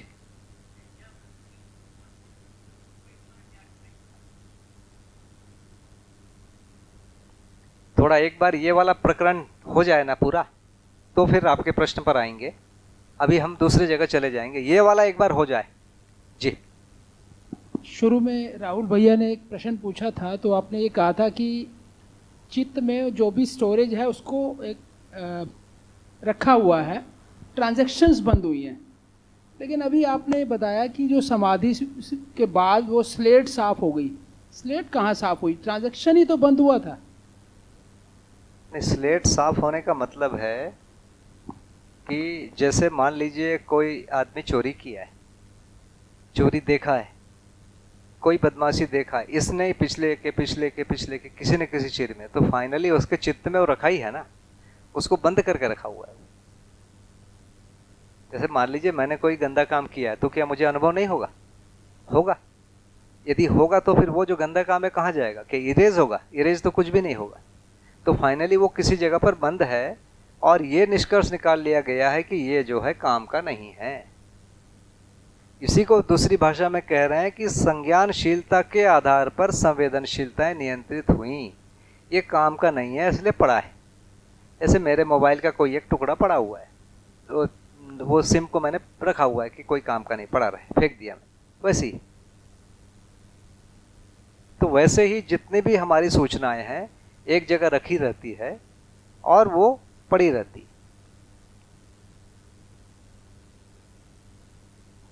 भैया जब हम क्रिया पढ़ रहे थे तो ये बात आई थी कि बुद्धि जो है वो सम वस्तु है और वो कुछ करता नहीं है, वो चित्त में जो भी आता है उसे समर्थन देता है।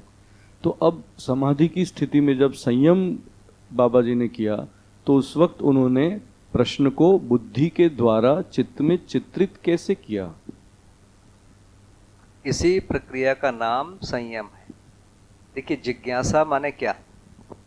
जिज्ञासा माने ये दो चीज़ों के संबंध क्या हैं जो सुने हुए हैं उसको समझना है। आत्मा और ब्रह्म में क्या संबंध है, या दो जो वो चीज़ें देख रहे हैं कि व्यापक वस्तु दिख रहा है और मैं हूँ ये भी दिख रहा है, दोनों में क्या संबंध है। इस संबंध को देखने के लिए फाइनली चित्त में ही चित्रण बना, पूरा विश्लेषण वृत्ति में ही हुआ, और उस चित्रण विश्लेषण के किसी एक स्थिति को बुद्धि ने समर्थन किया। सैकड़ों हजारों कॉम्बिनेशन बने होंगे जिसको बुद्धि ने समर्थन नहीं किया, उसमें से कुछ कुछ चीज़ों को समर्थन किया। वृत्ति के बहुत सारे विचारों को, चित्त के बहुत सारी इच्छाओं को, चित्त के बहुत सारे चित्रणों को बुद्धि ने समर्थन कर दिया। जिन चीज़ों का समर्थन हो गया वो फाइनली स्टोर हो गए एक जगह आ गए, बाकी सब जो है रिसाइकल बिन में चले गए।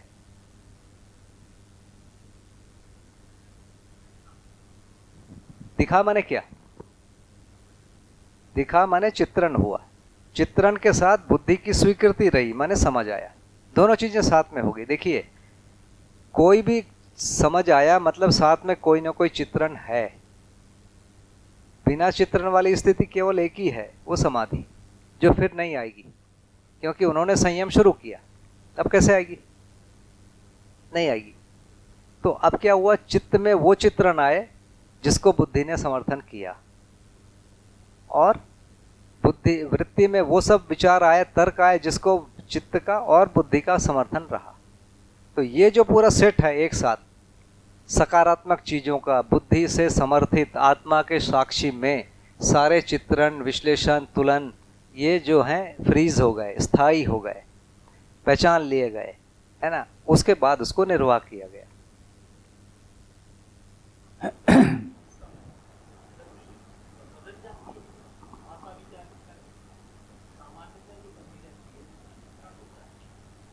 गति बदलने का मतलब, अभी गति बदलने का एक है कि मैं एक प्रकार का चित्रण कर रहा हूं, दूसरे प्रकार का चित्रण किया तो गति बदल गई मानेंगे।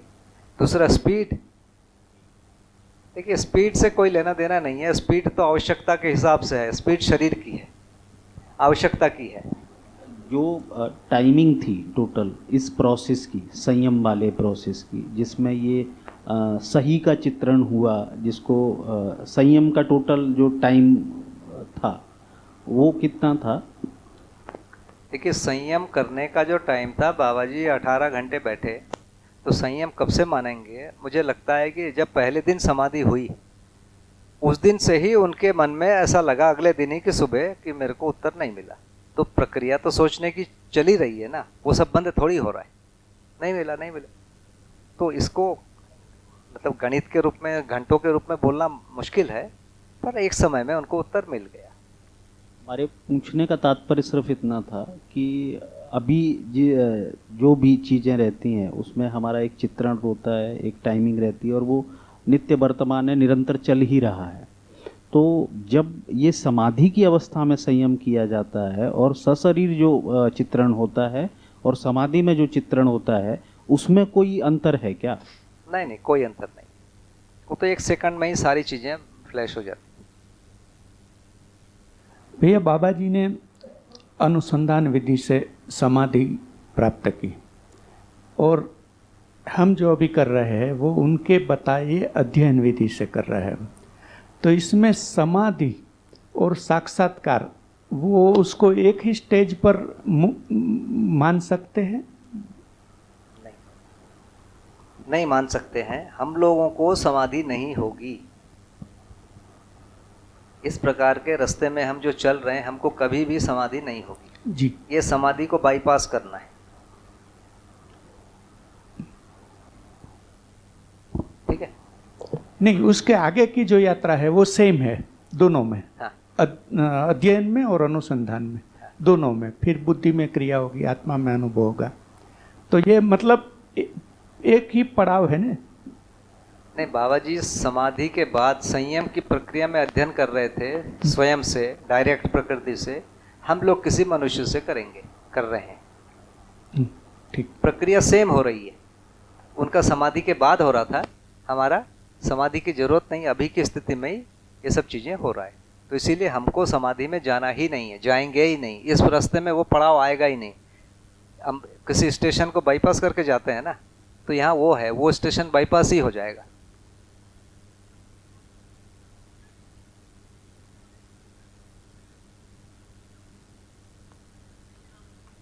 हाँ, समाधि और संयम दोनों की आवश्यकता नहीं है, दोनों को हम बाईपास कर रहे हैं।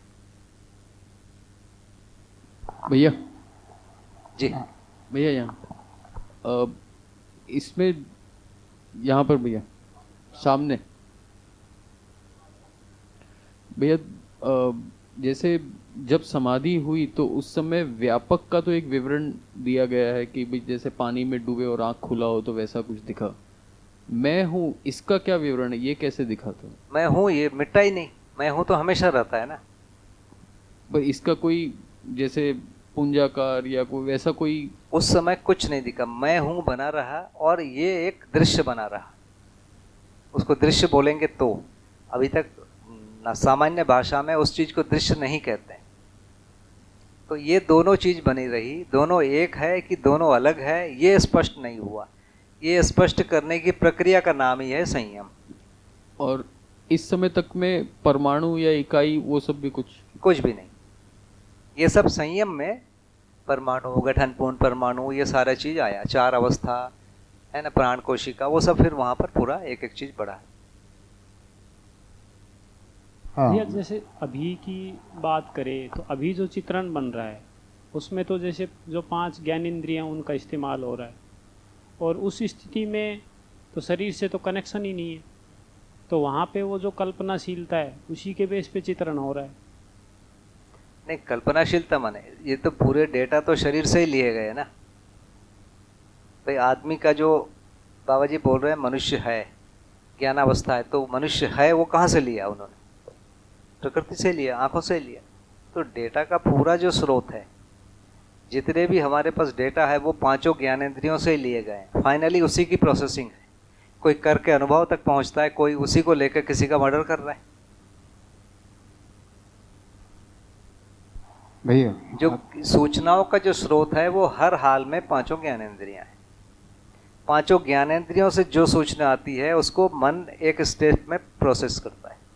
मन के प्रोसेस किए को एक स्टेप और वृत्ति प्रोसेस करता है, उसके प्रोसेस को एक स्टेप और आगे चित्त प्रोसेस करता है, उसके एक स्टेप और आगे बुद्धि प्रोसेस करता है, और उस प्रोसेस पर आत्मा ठप्पा लगाता है कि ठीक किया, ठीक किया, ठीक किया। बस ये प्रक्रिया है। तो समाधि की स्थिति में तो डिस्कनेक्ट है ना शरीर तो डिस्कनेक्टेड है। हाँ, तो उसके बाद में फिर चित्रण, अभी वर्तमान की स्थिति में जो चित्रण हो रहा है तो 5 ज्ञानेंद्रियों का इस्तेमाल हो रहा है, तो इस्तेमाल कैसे कर पा रहे हैं कि शरीर से कनेक्शन है हमारा? नहीं, बुद्धि उसमें डाल रहा है ना चित्र। अभी जो भी स्रोत आए हैं, जो भी हमारे पास चित्र आए हैं वो नीचे से ही आए हैं, वो नीचे से आके बुद्धि तक पहुंचे हुए हैं, उसमें से एक एक चीज को बुद्धि डाल रहा है। अभी नीचे से नहीं आ रहा है, बुद्धि की ओर से डाला जा रहा है। आपके राइट में जी एक समाधि की जो स्थिति है, तो उसमें जब उन्होंने अपना प्रश्न रखा है जी, तो प्रश्न तो उनका वो पहले से बना ही हुआ था। हाँ। ये जगत क्या है, ब्रह्म क्या है, मैं क्या हूँ। तो जैसा इसमें बताया कि शरीर अध्यास तो है नहीं, तो फिर कॉम्बिनेशन जो बन रहे हैं वो अस्तित्व दर्शन के बन रहे हैं, ऐसा। हाँ।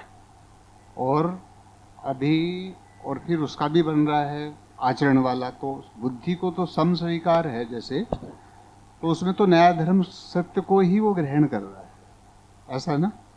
तो उस समय उस पोजीशन में जब ये सारा अध्ययन, इसको अध्ययन कह रहे हैं, ये अध्ययन पूरा होगा तब उसको बाद उसको अनुभव हुआ, मतलब स्वस्वरूप तब मिला, ऐसा। हाँ।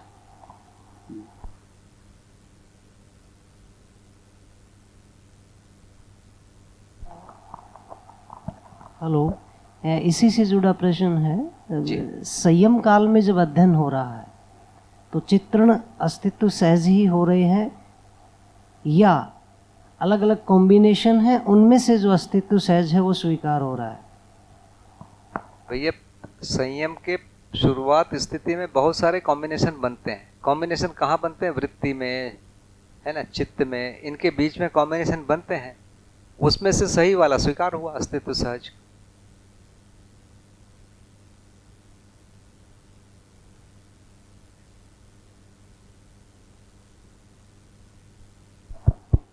ये संयम में अध्ययन, क्योंकि दर्शन से तो हमें यही उपलब्ध है सूचना रूप में, इस प्रक्रिया में साधन चतुष्ट कितने नियोजित हो रहे हैं और कितने विकसित हो रहे हैं, इसकी थोड़ी स्पष्टता। प्रश्न को थोड़ा और स्पष्ट कर देंगे तो बढ़िया रहेगा। साधन चतुष्ट से मतलब है विवेक, वैराग्य, समत्व, मुमुक्ष, यानी समाधि तक भी और संयम तक भी कितने इनका नियोजन है और कितना इनमें विकास है। इस समाधि तक के रास्ते के लिए तो उसको अनिवार्य बताया गया है। अलग अलग परंपराएं हैं, उन्होंने बहुत थोड़ा थोड़ा ही इसमें अंतर रखा हुआ है, बाकी प्रक्रिया लगभग सब में यही है। लेकिन ये जो रास्ता है जिसमें हम अध्ययन करने की बात कर रहे हैं, उसमें विवेक की परिभाषा थोड़ी सी बदल गई है। जैसे जीवन का अमरत्व, शरीर का नश्वरत्व और व्यवहार के नियम, तो व्यवहार के नियम को यहाँ विवेक बोला जा रहा है। परंपरा में व्यवहार के नियम की चर्चा ही नहीं है, शरीर का नश्वरत्व और आत्मा के अमरत्व की चर्चा है। तो यहाँ पर मुख्य जो फोकस है, विवेक मतलब व्यवहार के नियम, तो व्यवहार के नियम को हम फोकस करेंगे, आत्मसात करेंगे, फिर उसको अभ्यास करेंगे। तो ये अभ्यास व्यवहार के नियम का होगा। तो थोड़ा थोड़ा परिभाषा बदल गया है इसमें भैया। जैसे चैतन्य परमाणु जैसे तो कोई मतलब पहले से कोई जैसे सुना हुआ या ऐसी कोई बात थी नहीं, तो उसका चित्रण फिर कैसे बन गया उसका? जैसे आपने कहा ना कि जो सारे जो चित्रण थे वो पहले से शरीर के माध्यम से लिए गए थे, फिर बुद्धि से वो उनका चित्त पे चित्रण हुआ, तो फिर जैसे ये जो चैतन्य ये गठन पूर्ण या गठनशील। भैया जीवन या सूक्ष्म शरीर होता है, ये तो पता था ना कि नहीं पता था? जो मैंने उदाहरण दिया कि शरीर से बाहर निकले, माने शरीर से बाहर मैं हूं कि इसकी स्वीकृति हुई ना, उस चीज को जब पहचानने गए तो वो गठनपूर्ण परमाणु के रूप में निकला। ठीक है ना? ये हर सूचना का स्रोत तो पहले से ही है, नई कोई चीजें नहीं है। हेलो भैया सोम, क्या उस समय समाधि की स्थिति में संयम काल में जो अध्ययन हो रहा है, क्या उस समय ये संभावना या ऐसा कोई सूचना है कि उस समय बुद्धिपूर्वक वो अस्तित्व को डायरेक्टली देख रहा है या बुद्धिपूर्वक अस्तित्व का अध्ययन कर रहा है? बुद्धि देख रही है डायरेक्टली? अंतिम तो बुद्धि ही देख रही है ना, लेकिन देखेगी कहाँ? चित्त को ही देखेगी ना बुद्धि। बुद्धि या फिर आत्मा को अनुभव कर सकता है या चित्त को देख सकता है। बुद्धि इसके बाहर किसी को देख लेगा ऐसा होता नहीं। इसके बाहर को देखेगा मन, आंखों के द्वारा। आंखें नहीं रहेगी तो भी मन नहीं देख पाएगा। नहीं, जब जीवन जीवन रूप में रहता है, दिखाई तो तब भी देता है। हाँ। उस समय वो कैसे देख रहा है? उस समय तो बुद्धिपूर्वक ही देखता है या वो उसमें मन देखता है कुछ, उसको वृत्ति और आगे ये करता है। प्रक्रिया तो वही है सब समय। अच्छा।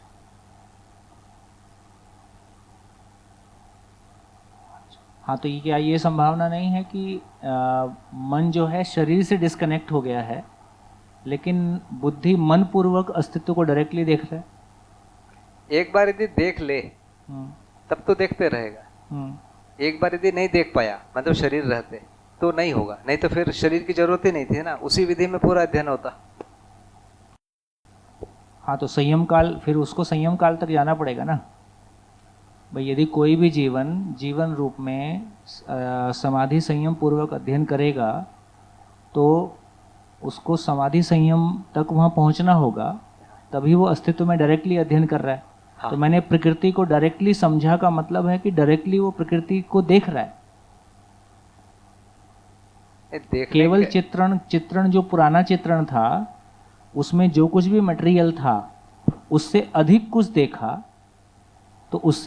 देखा, तो समाधि संयम काल में जीवन ने डायरेक्टली अस्तित्व को अध्ययन किया। तो मन शरीर से डिस्कनेक्ट है, लेकिन मन अब डायरेक्टली अस्तित्व के साथ, मन बुद्धि पूर्वक मन से डायरेक्टली अस्तित्व से कनेक्टेड है और अस्तित्व का डायरेक्टली अध्ययन करता है। ये संभावना या ये पोटेंशियल उस समय जीवन में बन जाता है। इस पे देखिए हो क्या रहा है, अभी भी चित्त में जो सारे चीज़ें मेरे चित्त में जो है उसको हम कचरा कह रहे हैं, इसी को प्रोसेस कर लेने से वो सब दिख जाएगा। हमारे पास आसक्ति के कारण हम प्रोसेस नहीं कर पा रहे हैं। हर एक में उतना चित्र बैठा हुआ है, तो वो जो जागृत लोग हैं वो उसको प्रोसेस कर रहे हैं उसी चित्र को, और वो देख ले रहे हैं। तो देखने की प्रक्रिया वही है। अब एक प्रक्रिया और, जैसे बुद्धि से बुद्धि को देख लेगा किसी के दूसरे के, तो वो भी हो जाएगा। पर पहले उसको उस जगह पहुंचना पड़ेगा कि अपने चित्त का दृष्टा बना, अपने चित्र को देखा, अपने चित्त को देखा, इस क्रम से उसको अनुभव होगा, उसके बाद वो दूसरी चीजों को देख पाएगा। जैसे शरीर छोड़ के दूसरे जीवन जो होते हैं, एक जीवन दूसरे जीवन के साथ कोई ना कोई वार्तालाप करता है, कोई ना कोई वार्तालाप भी करता है और सृष्टि को भी देखता है, और जैसा अभी हमको दिखाई देता है लगभग ऐसा ही दिखाई देता है, ऐसी भी सारी बातें हैं। हाँ, अभी हमारी जो समझ है उतना ही दिखेगा शरीर छोड़ने के बाद, लेकिन जागृत आदमी को जैसा उनका समझ है वैसा दिखेगा। हाँ हाँ, अभी हमको जितना है उतना ही दिखेगा। उसका मूल कारण हमारे चित्रण की लिमिटेशन है, हमारी चेतना की लिमिटेशन है। यदि एक व्यक्ति समाधि संयम पूर्वक देख रहा है तो वो उस लिमिटेशन को क्रॉस कर गया, वो अपनी जिज्ञासा पूर्वक अस्तित्व को देखेगा। नहीं, संयम पूर्वक हो गया माने वो तो सब देख ही लिया है। हाँ, समाधि संयम के प्रोसेस में, समाधि संयम के प्रोसेस में जो अध्ययन कर रहा है वो डायरेक्टली अपने चित्रण भी उसके पास उपलब्ध है और अस्तित्व भी उसके पास उपलब्ध है। तो मतलब क्या इस लाइन को बहुत क्लियरली कहें कि वो जो कुछ भी देख रहा है केवल अपना ही चित्रण देख रहा है, उससे बाहर नहीं देख रहा है। हाँ, अभी देखिए क्या है, दो कंडीशन, आप समाधि संयम बोल रहे हैं, उसको दो कंडीशन कर लीजिए। एक व्यक्ति जिसको समाधि हो चुकी है और अभी संयम नहीं हुआ है, वो आदमी कैसा देखेगा? और दूसरा बाबा जी जैसे लोग जिन्होंने समाधि भी कर लिया, संयम भी कर लिया, वो कैसे देखें? तीसरा हमारे जैसे लोग को देख लो जिनको कुछ नहीं हुआ है। तो हमारे जैसे लोग ने अभी तक चित्रण प्रक्रिया से जहाँ तक पहचाना हुआ है वो हमारा समझ या पहचान बना रहेगा, उसी से हम देखेंगे, निर्वाह करेंगे। समाधि वाला, देखिए समाधि वाले में वो इच्छा ही नहीं है देखने की, इसीलिए तो उनका संयम नहीं हो रहा है। तो वो वही देखेगा, बाकी दूसरा देखेगा ही। वो देखने की उनमें इच्छा नहीं आई, नहीं तो उनके लिए तो बाएं हाथ का काम है संयम। हमारे लिए संयम टेढ़ी खीर है, लेकिन उनके लिए तो बाएं हाथ का काम है। हाँ। एक बार मैंने बाबा जी से पूछा था तो बोले कि वो बिना शरीर के भी संयम करने का एक कोर्स है समाधि वाले लोगों के। बिना शरीर के भी संयम करने का एक कोर्स होता है। अच्छा अच्छा, अच्छा। कोई एक प्रक्रिया होती है। अच्छा, समाधि प्राप्त जीवन बिना शरीर के भी संयम कर सकता है। हाँ, ऐसा एक बार उन्होंने बोला था। अब मैं नया नया था, उस समय ज़्यादा मुझे समझ में भी नहीं आता था, पूछा तो उन्होंने बता दिया तो याद रह गया, बाकी वो समझ में मेरे भी नहीं आया। लेकिन जब बाबा ये कहते हैं कि समाधि संयम काल में मैंने डायरेक्टली प्रकृति से अध्ययन किया, तो प्रकृति ने मुझको समझाया या प्रकृति से मैंने समझा, अस्तित्व ने समझाया, तो इसका मतलब उसमें ये सेंस आ रहा है कि उस समय जीवन डायरेक्टली अस्तित्व के साथ तदाकार हो सकता है, अस्तित्व को डायरेक्टली भी देख सकता है। शरीर के इंद्रियों से देखने को बाईपास कर दिया और उसमें अस्तित्व को देखने की क्षमता है, वहाँ से भी सूचना लेने की खिड़की खुली हुई है। कुछ सूचना जरूर लेता होगा, बुद्धि के लेवल वाली सूचनाएं जो है वो तो वहीं से आती होगी, आत्मा के जैसे व्यापक है, पर उसके पहले उसका एक मोटा भाग है ही है ना, जैसे आंखों से तो देखा ही हुआ है वो व्यापक को, हर आदमी व्यापक को देखा हुआ है। ऐसा तो चीज नहीं है कि केवल जागृति देखा है, हर कोई देखा हुआ है। तो फाइनली चित्त की चीज चित्त में ही दिखेगी, वृत्ति की चीज वृत्ति में ही दिखेगी, उन्हीं के वृत्ति में दिखेगी, और आशा की चीज आशा में दिखेगी। वो तो बदलेगा नहीं ना जगह। वो तो जगह तो वही रहेगा। हाँ, मतलब और उस समय जो संयम काल में जो भाषा के रूप में भी लिखा हुआ आया है ना, थोड़ा सा उस पर भी कुछ बोल देंगे। भाषा के रूप में मेरे को जो याद आता है, पहले उनको बहुत सारी अस्पष्ट भाषाएं, बहुत सारे आवाज सुनाई पड़ी, और फाइनली आगे जाके वो स्पष्ट हुआ। स्पष्ट भी इस रूप में जैसे एक आदमी को देखे तो ऐसा आदमी खुल गया, एक जीवन अलग दिख गया, शरीर अलग दिख गया, शरीर के जिस पार्ट पर ध्यान दिए वो पार्ट बड़ा हो गया और एक एक उसमें दिखने लगे। तो खून का हार्ट देख रहे हैं तो खून का दौरा दिख रहा है, अभी जैसा जूम करके दिखा रहे हैं लगभग वैसे ही। अभी हम फोटो देख रहे हैं या वीडियो जो है एमिनेशन करके देख रहे हैं, वो एमिनेशन नहीं, जैसे डायरेक्ट जैसा होता है वैसा देखा माने फाइनली उनके चित्त में ही वो चित्रण बन रहा है ना। अभी भी एमिनेशन करके हम अपने चित्त में देखने लगते हैं, एमिनेशन को देखते हैं, उससे हम अपने चित्त में ही देखते हैं उसको, और चित्त में देख लिया मैंने समझ गए बोलते हैं।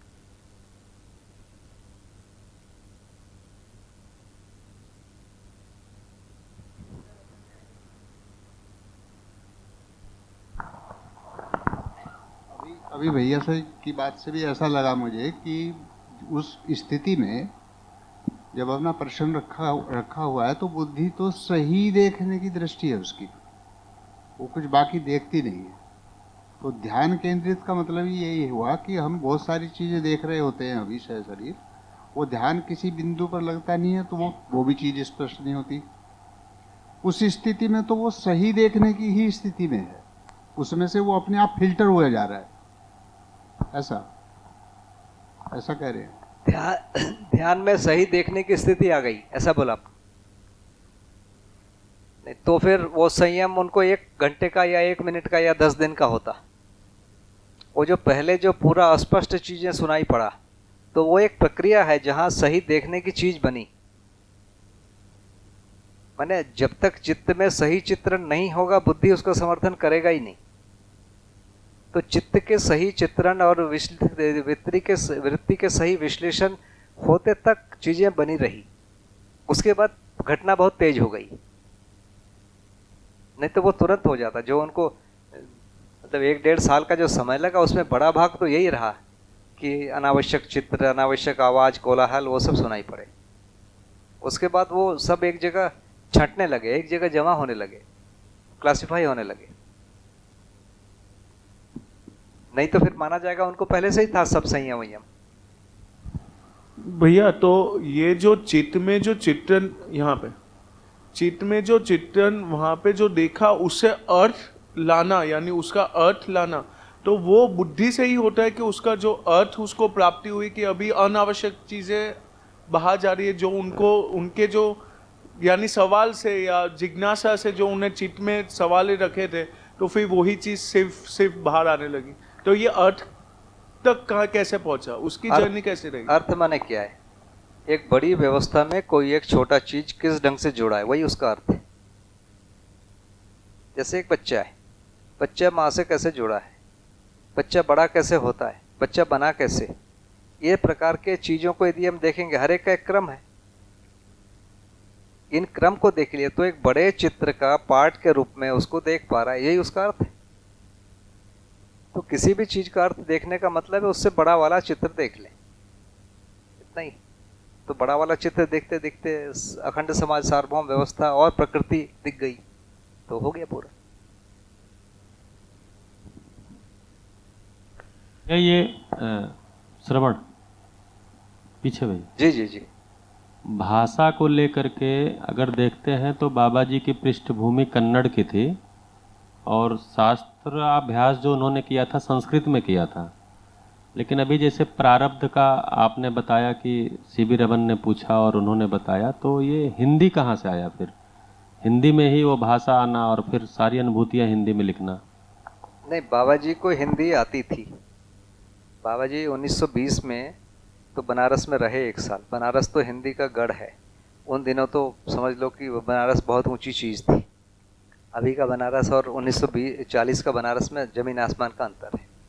उस समय ज्ञान का केंद्र तो बनारस ही था, कितना भी आप बोलो, है ना। एक तो पक्का है। दूसरा, चाहे मैं बंगला, कन्नड़ या पंजाबी या मराठी कुछ भी बोलूं, वो सारे शब्द संस्कृत के ही शब्द हैं जो तत्सम शब्द कहला रहे हैं। तो वो तो बाबा जी को पहले से ही वोकेबलरी है, तो उसमें कोई अंतर नहीं है मेरे को लगता है।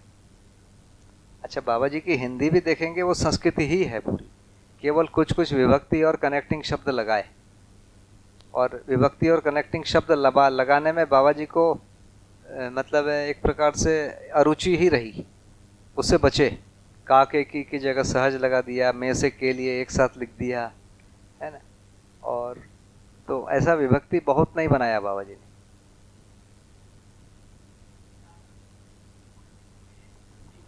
हाँ,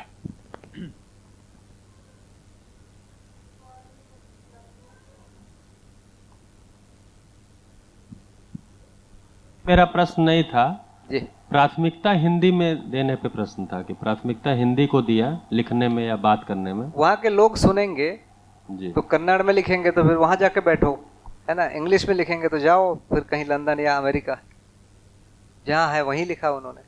उनके चारों तरफ बोलने वाले बाबा जी के घर की जो भाषा है वो हिंदी है। जब मैं पहुंचा था बाबा जी के घर में, पूरे घर में हिंदी बोलते थे। बाबा जी अपने बच्चों से हिंदी बोलते थे।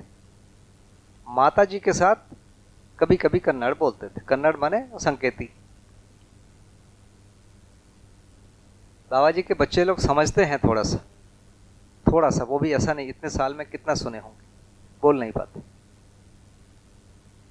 भैया यहाँ भैया, जीवन परमाणु में चित्त का परिवेश जो है, जब उसमें चित्रण बन रहा है तो परमाणु अंश में एग्जैक्टली क्या होता है, और जब चित्रण साफ किया तो परमाणु अंश में एग्जैक्टली क्या हुआ, और आशा विचार इच्छा जब चुप हुए, ऐसा हम जब कह रहे हैं, तो उस परिवेश में जो परमाणु अंश है वो एग्जैक्टली क्या कर रहे हैं?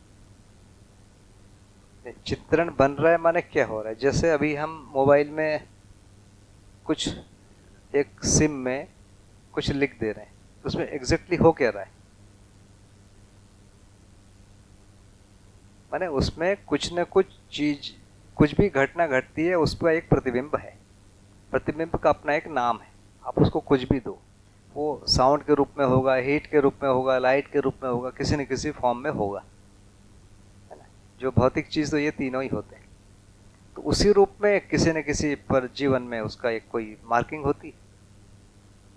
तो मार्किंग होने की संभावना रहती है, तभी हो पाती है। तो एग्जैक्टली वो होता है, उसको मिटता भी है। तो जब मार्किंग हो रही है तो मार्किंग किसी स्पेस को ऑक्यूपाई करता है। तो जब किसी स्पेस को कोई चीज ऑक्यूपाई करती है, हम तो कहते हैं कि जीवन परमाणु में कोई चीज बाहर से, कोई परमाणु अंश अंदर नहीं आ रहा है, बाहर नहीं जा रहा है, लेकिन यहाँ पर तरंग रूप में या किसी संकेत के रूप में कुछ तो ऑक्यूपाई हो रहा है, तो उसका भार क्यों नहीं बन रहा है?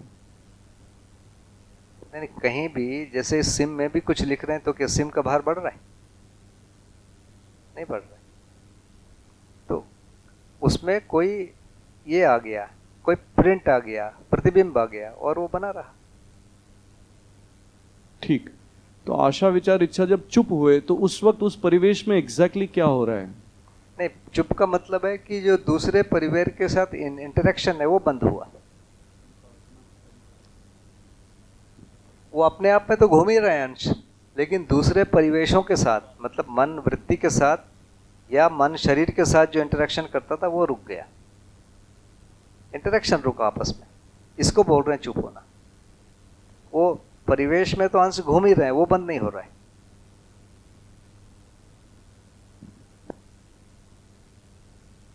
जी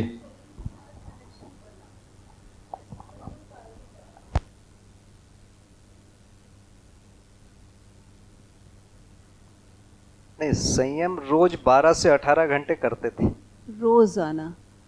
तो उसी दौरान में ये सब कुछ मैं ब्रह्म हूँ, व्यापक के साथ उनको सब कुछ जो है, सब कुछ दिखना, ये सब कुछ रहता था। उसके बाद जब वो शरीर के साथ कनेक्ट हो जाते थे, तब भी सब कुछ वैसे का वैसे ही चित्रित रहता था, या सब कुछ बता लेते थे? नहीं, शुरू में तो जैसे संयम शुरू किए तो कुछ कुछ अस्पष्ट चीजें आई, तो वो उनको याद रहता था कि जैसे आज मैं क्या सपना देखा हूँ, मुझे याद रहता है। पर हमें कुछ चीज़ें तो भूल ही जाती हैं। जब अब तो हमारा तो मतलब आशा विचार इच्छा के तक ही है हमारा, और हमारे तो जो स्वप्न में आता है उसमें कुछ याद रहता है, कुछ नहीं रहता। नहीं, कोई बढ़िया चीज आती तो बिल्कुल याद रहता है ना। कोई 10 करोड़ रुपया दे तो याद रहता है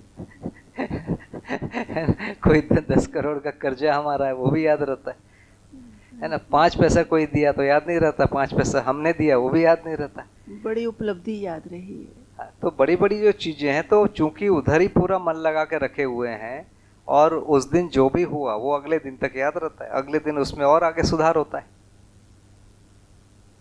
अभी भी तो हम यही करते हैं। जैसे आज हमने कुछ पढ़ा, सोचा, तो हमको दिन भर बना रहता है। फिर हम क्लास में आए, कुछ सोचते हैं, तो उसमें वो अपडेट हो जाता है, पीछे वाला भूल जाता है। या कभी कभी रहता भी है कि पहले ये मेरी सोच थी, फिर ये सोच बनी। तो वो लगभग एक ही जैसी प्रक्रिया भी हम में हो रहा है। वैसा ही रोज एक बार, मतलब वो संयम करते थे एक दिन, और उसके बाद फिर वापस अध्यास आता था। तो खाना खाते थे, सोते थे, जो भी शरीर के कार्य हैं वो करते थे, लोगों से मिलते जुलते भी थे उस बीच। जब शरीर से कनेक्ट कर लेते थे उसके बाद। हाँ, वो तो एक साधना का स्थान है, वहाँ जाके ही वो जो करते थे, उसके बाद तो बिल्कुल कनेक्टेड। लोगों को ये नहीं पता होता था। जैसे बाबा जी को देख के ऐसा कभी नहीं लगा किसी को भी कि बाबा जी अलग हैं। एक बार बढ़िया मजेदार किस्सा है। बाबा जी बोले कि जब मैं साधना करता था तो कुछ दिन ऐसा मुझे लगने लगा कि मेरा जो शरीर है वो तो मेरा ही है और सिर वाला जो भाग है वो शंकर भगवान का है। देखिए साधना वही कर रहे हैं ना, सारा दिन वही कल्पना में है, तो वही सब दिखता है। तो एक बार माता जी से पूछा अपनी पत्नी से कि मैं कैसा दिखता हूँ, तो माता जी बोली जैसे दिखते हो वैसे ही दिखते हो। तो अब एक मानसिकता में रहते हैं ना दिन भर, वैसी इसमें मतलब 12 घंटा कोई किसी में खोए रहे तो उसके बाद भी तो 2-4 घंटे वैसे ही रहेगा ना, वो कैसे अलग होगा। हम यहाँ से निकलते हैं तो क्लास से ही तो हमारे ऊपर हावी रहता है, तो वो सब वैसे ही है जैसा मनुष्य का है। जी। तो बाबा जी के बारे में कुछ पढ़ रहे थे तो एक बात आई थी कि उन्हें ऐसा लगता था एक समय कि उन्हें शंकर भगवान के दर्शन होते हैं, तो ये उनका भ्रम था या होते थे, या ये भ्रम था या नहीं था, ये इसकी स्पष्टता कैसे हुई उनके अंदर? देखिए शंकर भगवान कोई जीवन ही है ना फाइनली, तो किसी जीवन से बात हो सकती है, इसमें क्या आश्चर्य है। कोई जीवन दिख सकता है, अस्तित्व में जो है वो दिख सकता है ना भाई, उनको दिखा होगा। मैं कम से कम 1 डज़न लोगों को जानता हूं जो कई जीवनों के साथ बात करते हैं, वो बोलते हैं। मेरे पास ऐसी कोई विधि नहीं है कि मैं बोलूं कि वो सही बोल रहे हैं, ऐसी कोई विधि नहीं है जांचने की कि मैं बोलूं कि वो गलत बोल रहे हैं। ना उनको मैं सही बोल सकता हूं, ना उनको मैं गलत बोल सकता हूं। मेरे पास कोई विधि नहीं है। वो जो बोलते हैं मैं यही मानता हूं कि वो मेरे को झूठ क्यों बोलेगा। अब झूठ बोलने का कोई कारण चाहिए ना। मतलब कई लोग मेरे पैर छूते हैं और मेरे को बोलते हैं, कोई मेरे से पैर छुआना चाहता है और बोलता है तो मैं मान भी लूंगा कि चलो यार उसका कोई स्वार्थ है, तो वो कोई मोटिव समझ में नहीं आता है मेरे को, इसीलिए वो झूठ बोल रहे हैं, मैं विश्वास नहीं करता है ना। हो सकता है वो भ्रम में हो। ये एक जगह मैंने बना कर रखा है कि वो बेचारे भ्रम में हैं लेकिन झूठ नहीं बोल रहे। मैंने ये जगह बनाया हुआ है कि उनकी नीयत साफ है, बेचारे जागृत नहीं तो क्या। जैसे मैं भी आपको क्लास में जो बोल रहा हूँ बेसिकली अपनी मान्यताएं तो बोल रहा हूँ ना, इसके पीछे मेरा ये मोटिव नहीं है कि आप लोगों को मैं बुद्धू बनाऊं, आपका शोषण करूं, ये मानसिकता नहीं है। लेकिन जितना मेरा भ्रम है उतना तो जा ही रहा है मेरे साथ साथ, है ना। उसको मैं कैसे कम करूं? नहीं, बिल्कुल मेरे पास ऐसी शक्ति ही नहीं है कि अपने भ्रम को कम करके आपके पास भेजूं, नहीं है ना, किसी के पास नहीं है।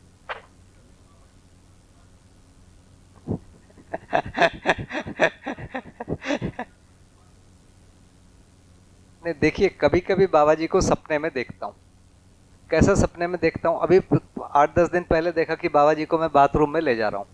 बाबा जी के जो आखिरी दिन थे तो वो चल नहीं पाते थे, 1-2 लोग मिलकर ले बाथरूम, तो वो देखा। अब इसको मैं क्या बोलूँ कि अब बाबा जी आए और मेरे को बोलेंगे तुम बाथरूम ले चलो ये तो नहीं होगा ना, अभी तो शरीर भाव वाला चीज नहीं है। तो ये मेरी कल्पना है अभी जो देखा है। तो कुछ बढ़िया भी चीज देख लेता हूँ, बाबा जी के साथ बैठे हुए कुछ बात कर रहा हूँ, तो पहले भी बात किया हूँ तो हो सकता है वही वाला बात है, वही चित्र है, या कोई नया चित्र बना वो भी हो सकता है। तो मेरी कल्पना ही है, पर मेरे लिए खुशी इस बात की है कि मैं किसी लफंगे को नहीं देख रहा हूँ, मैं बाबा जी को देख रहा हूँ, है ना। मैं इस बात से खुश होता हूँ कि यार मेरी सपने भी हाई ग्रेड के हैं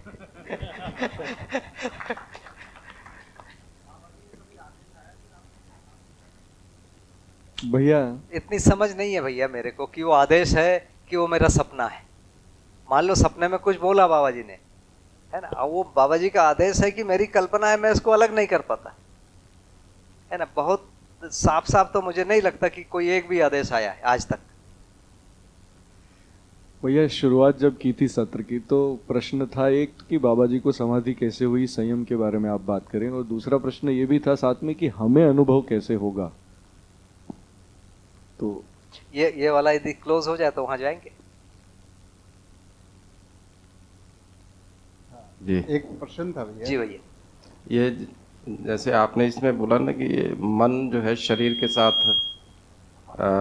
नहीं, उसके अंदर में क्रॉस लगाया आपने और बाकी क्रियाएं शुरू रहते हैं, लेकिन जागृति क्रम के अंदर में और अध्ययन के अंदर में और समाधि और संयम की स्थिति जब बनती है और अपना क्वेश्चन जो है चित्त में रखते हैं, तो उस समय ये जब हमने तो अध्ययन पूरा किया है, अध्ययन तो सारा ही हो गया, उसमें सामाजिकता भी आ गई, संस्कृति सभ्यता विधि व्यवस्था भी आ गई और उसके साथ साथ फिर ज्ञान विवेक विज्ञान भी आ गया। तो ये सारी चीज़ें आने से फिर क्या उसके अंदर में जो इंद्रियों के साथ कनेक्शन है वो भी तो आएंगे ही ना? जी, छोटा सा प्रश्न था भैया। बढ़िया प्रश्न है। इसको समाधि में ये सारा क्रॉस है ना? संयम में ये क्रॉस है, बाकी ये सब खुल गया, माने शरीर से बंद है। जागृति में ये पूरा खुल गया। अध्ययन में ये कभी ये डॉट डॉट डॉट है, कभी खुल रहा है कभी बंद हो रहा है। इसका नाम है एक साक्षात्कार हुआ तो एक दिख गया, तो कभी खुला कभी बंद हुआ। ये संयम अध्ययन में ये सब होता है।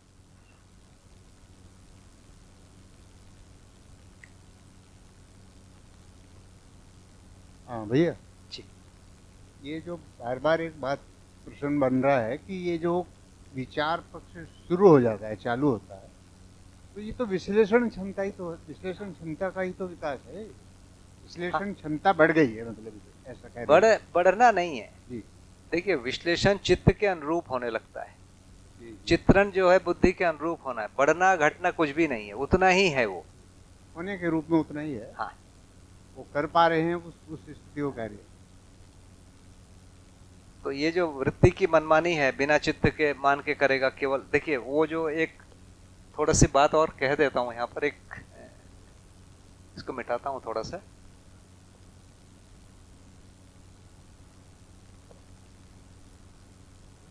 ऊपर से अच्छी मात्रा में पानी आया है।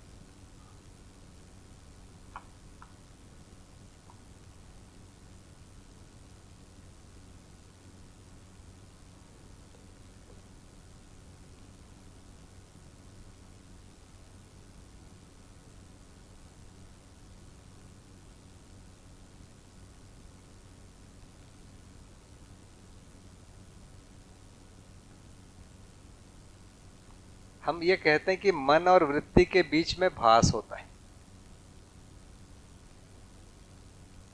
वृत्ति और चित्त के बीच में आभास होता है।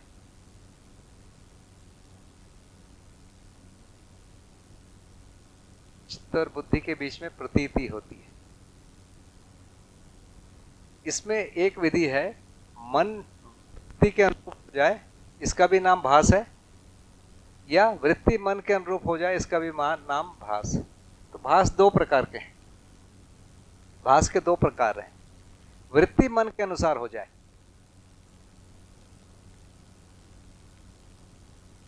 तो ये शरीर मूलक हुआ।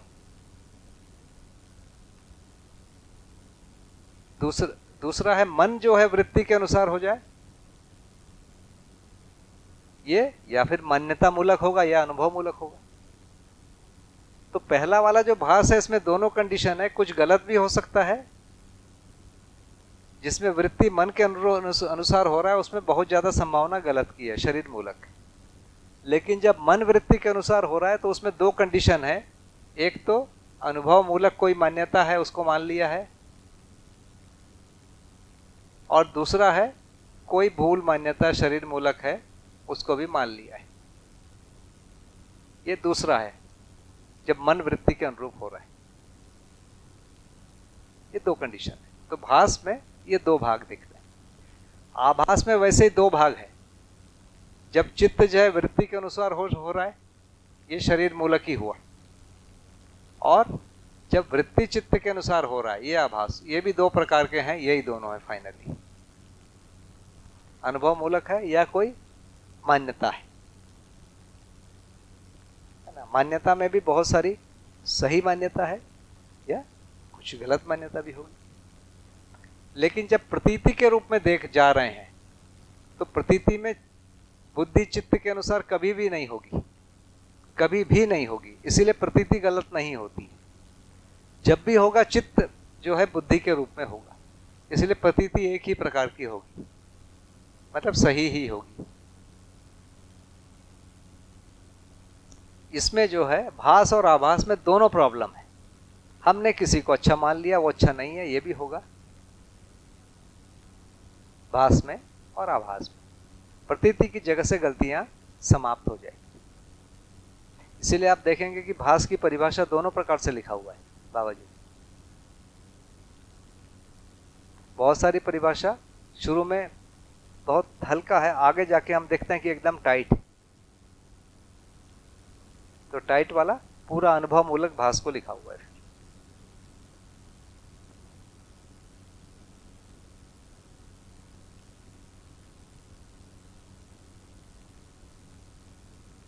तो घड़ी तो देखिए कितना तदाकार हूं मैं घंटी के साथ। जी हाँ वही तो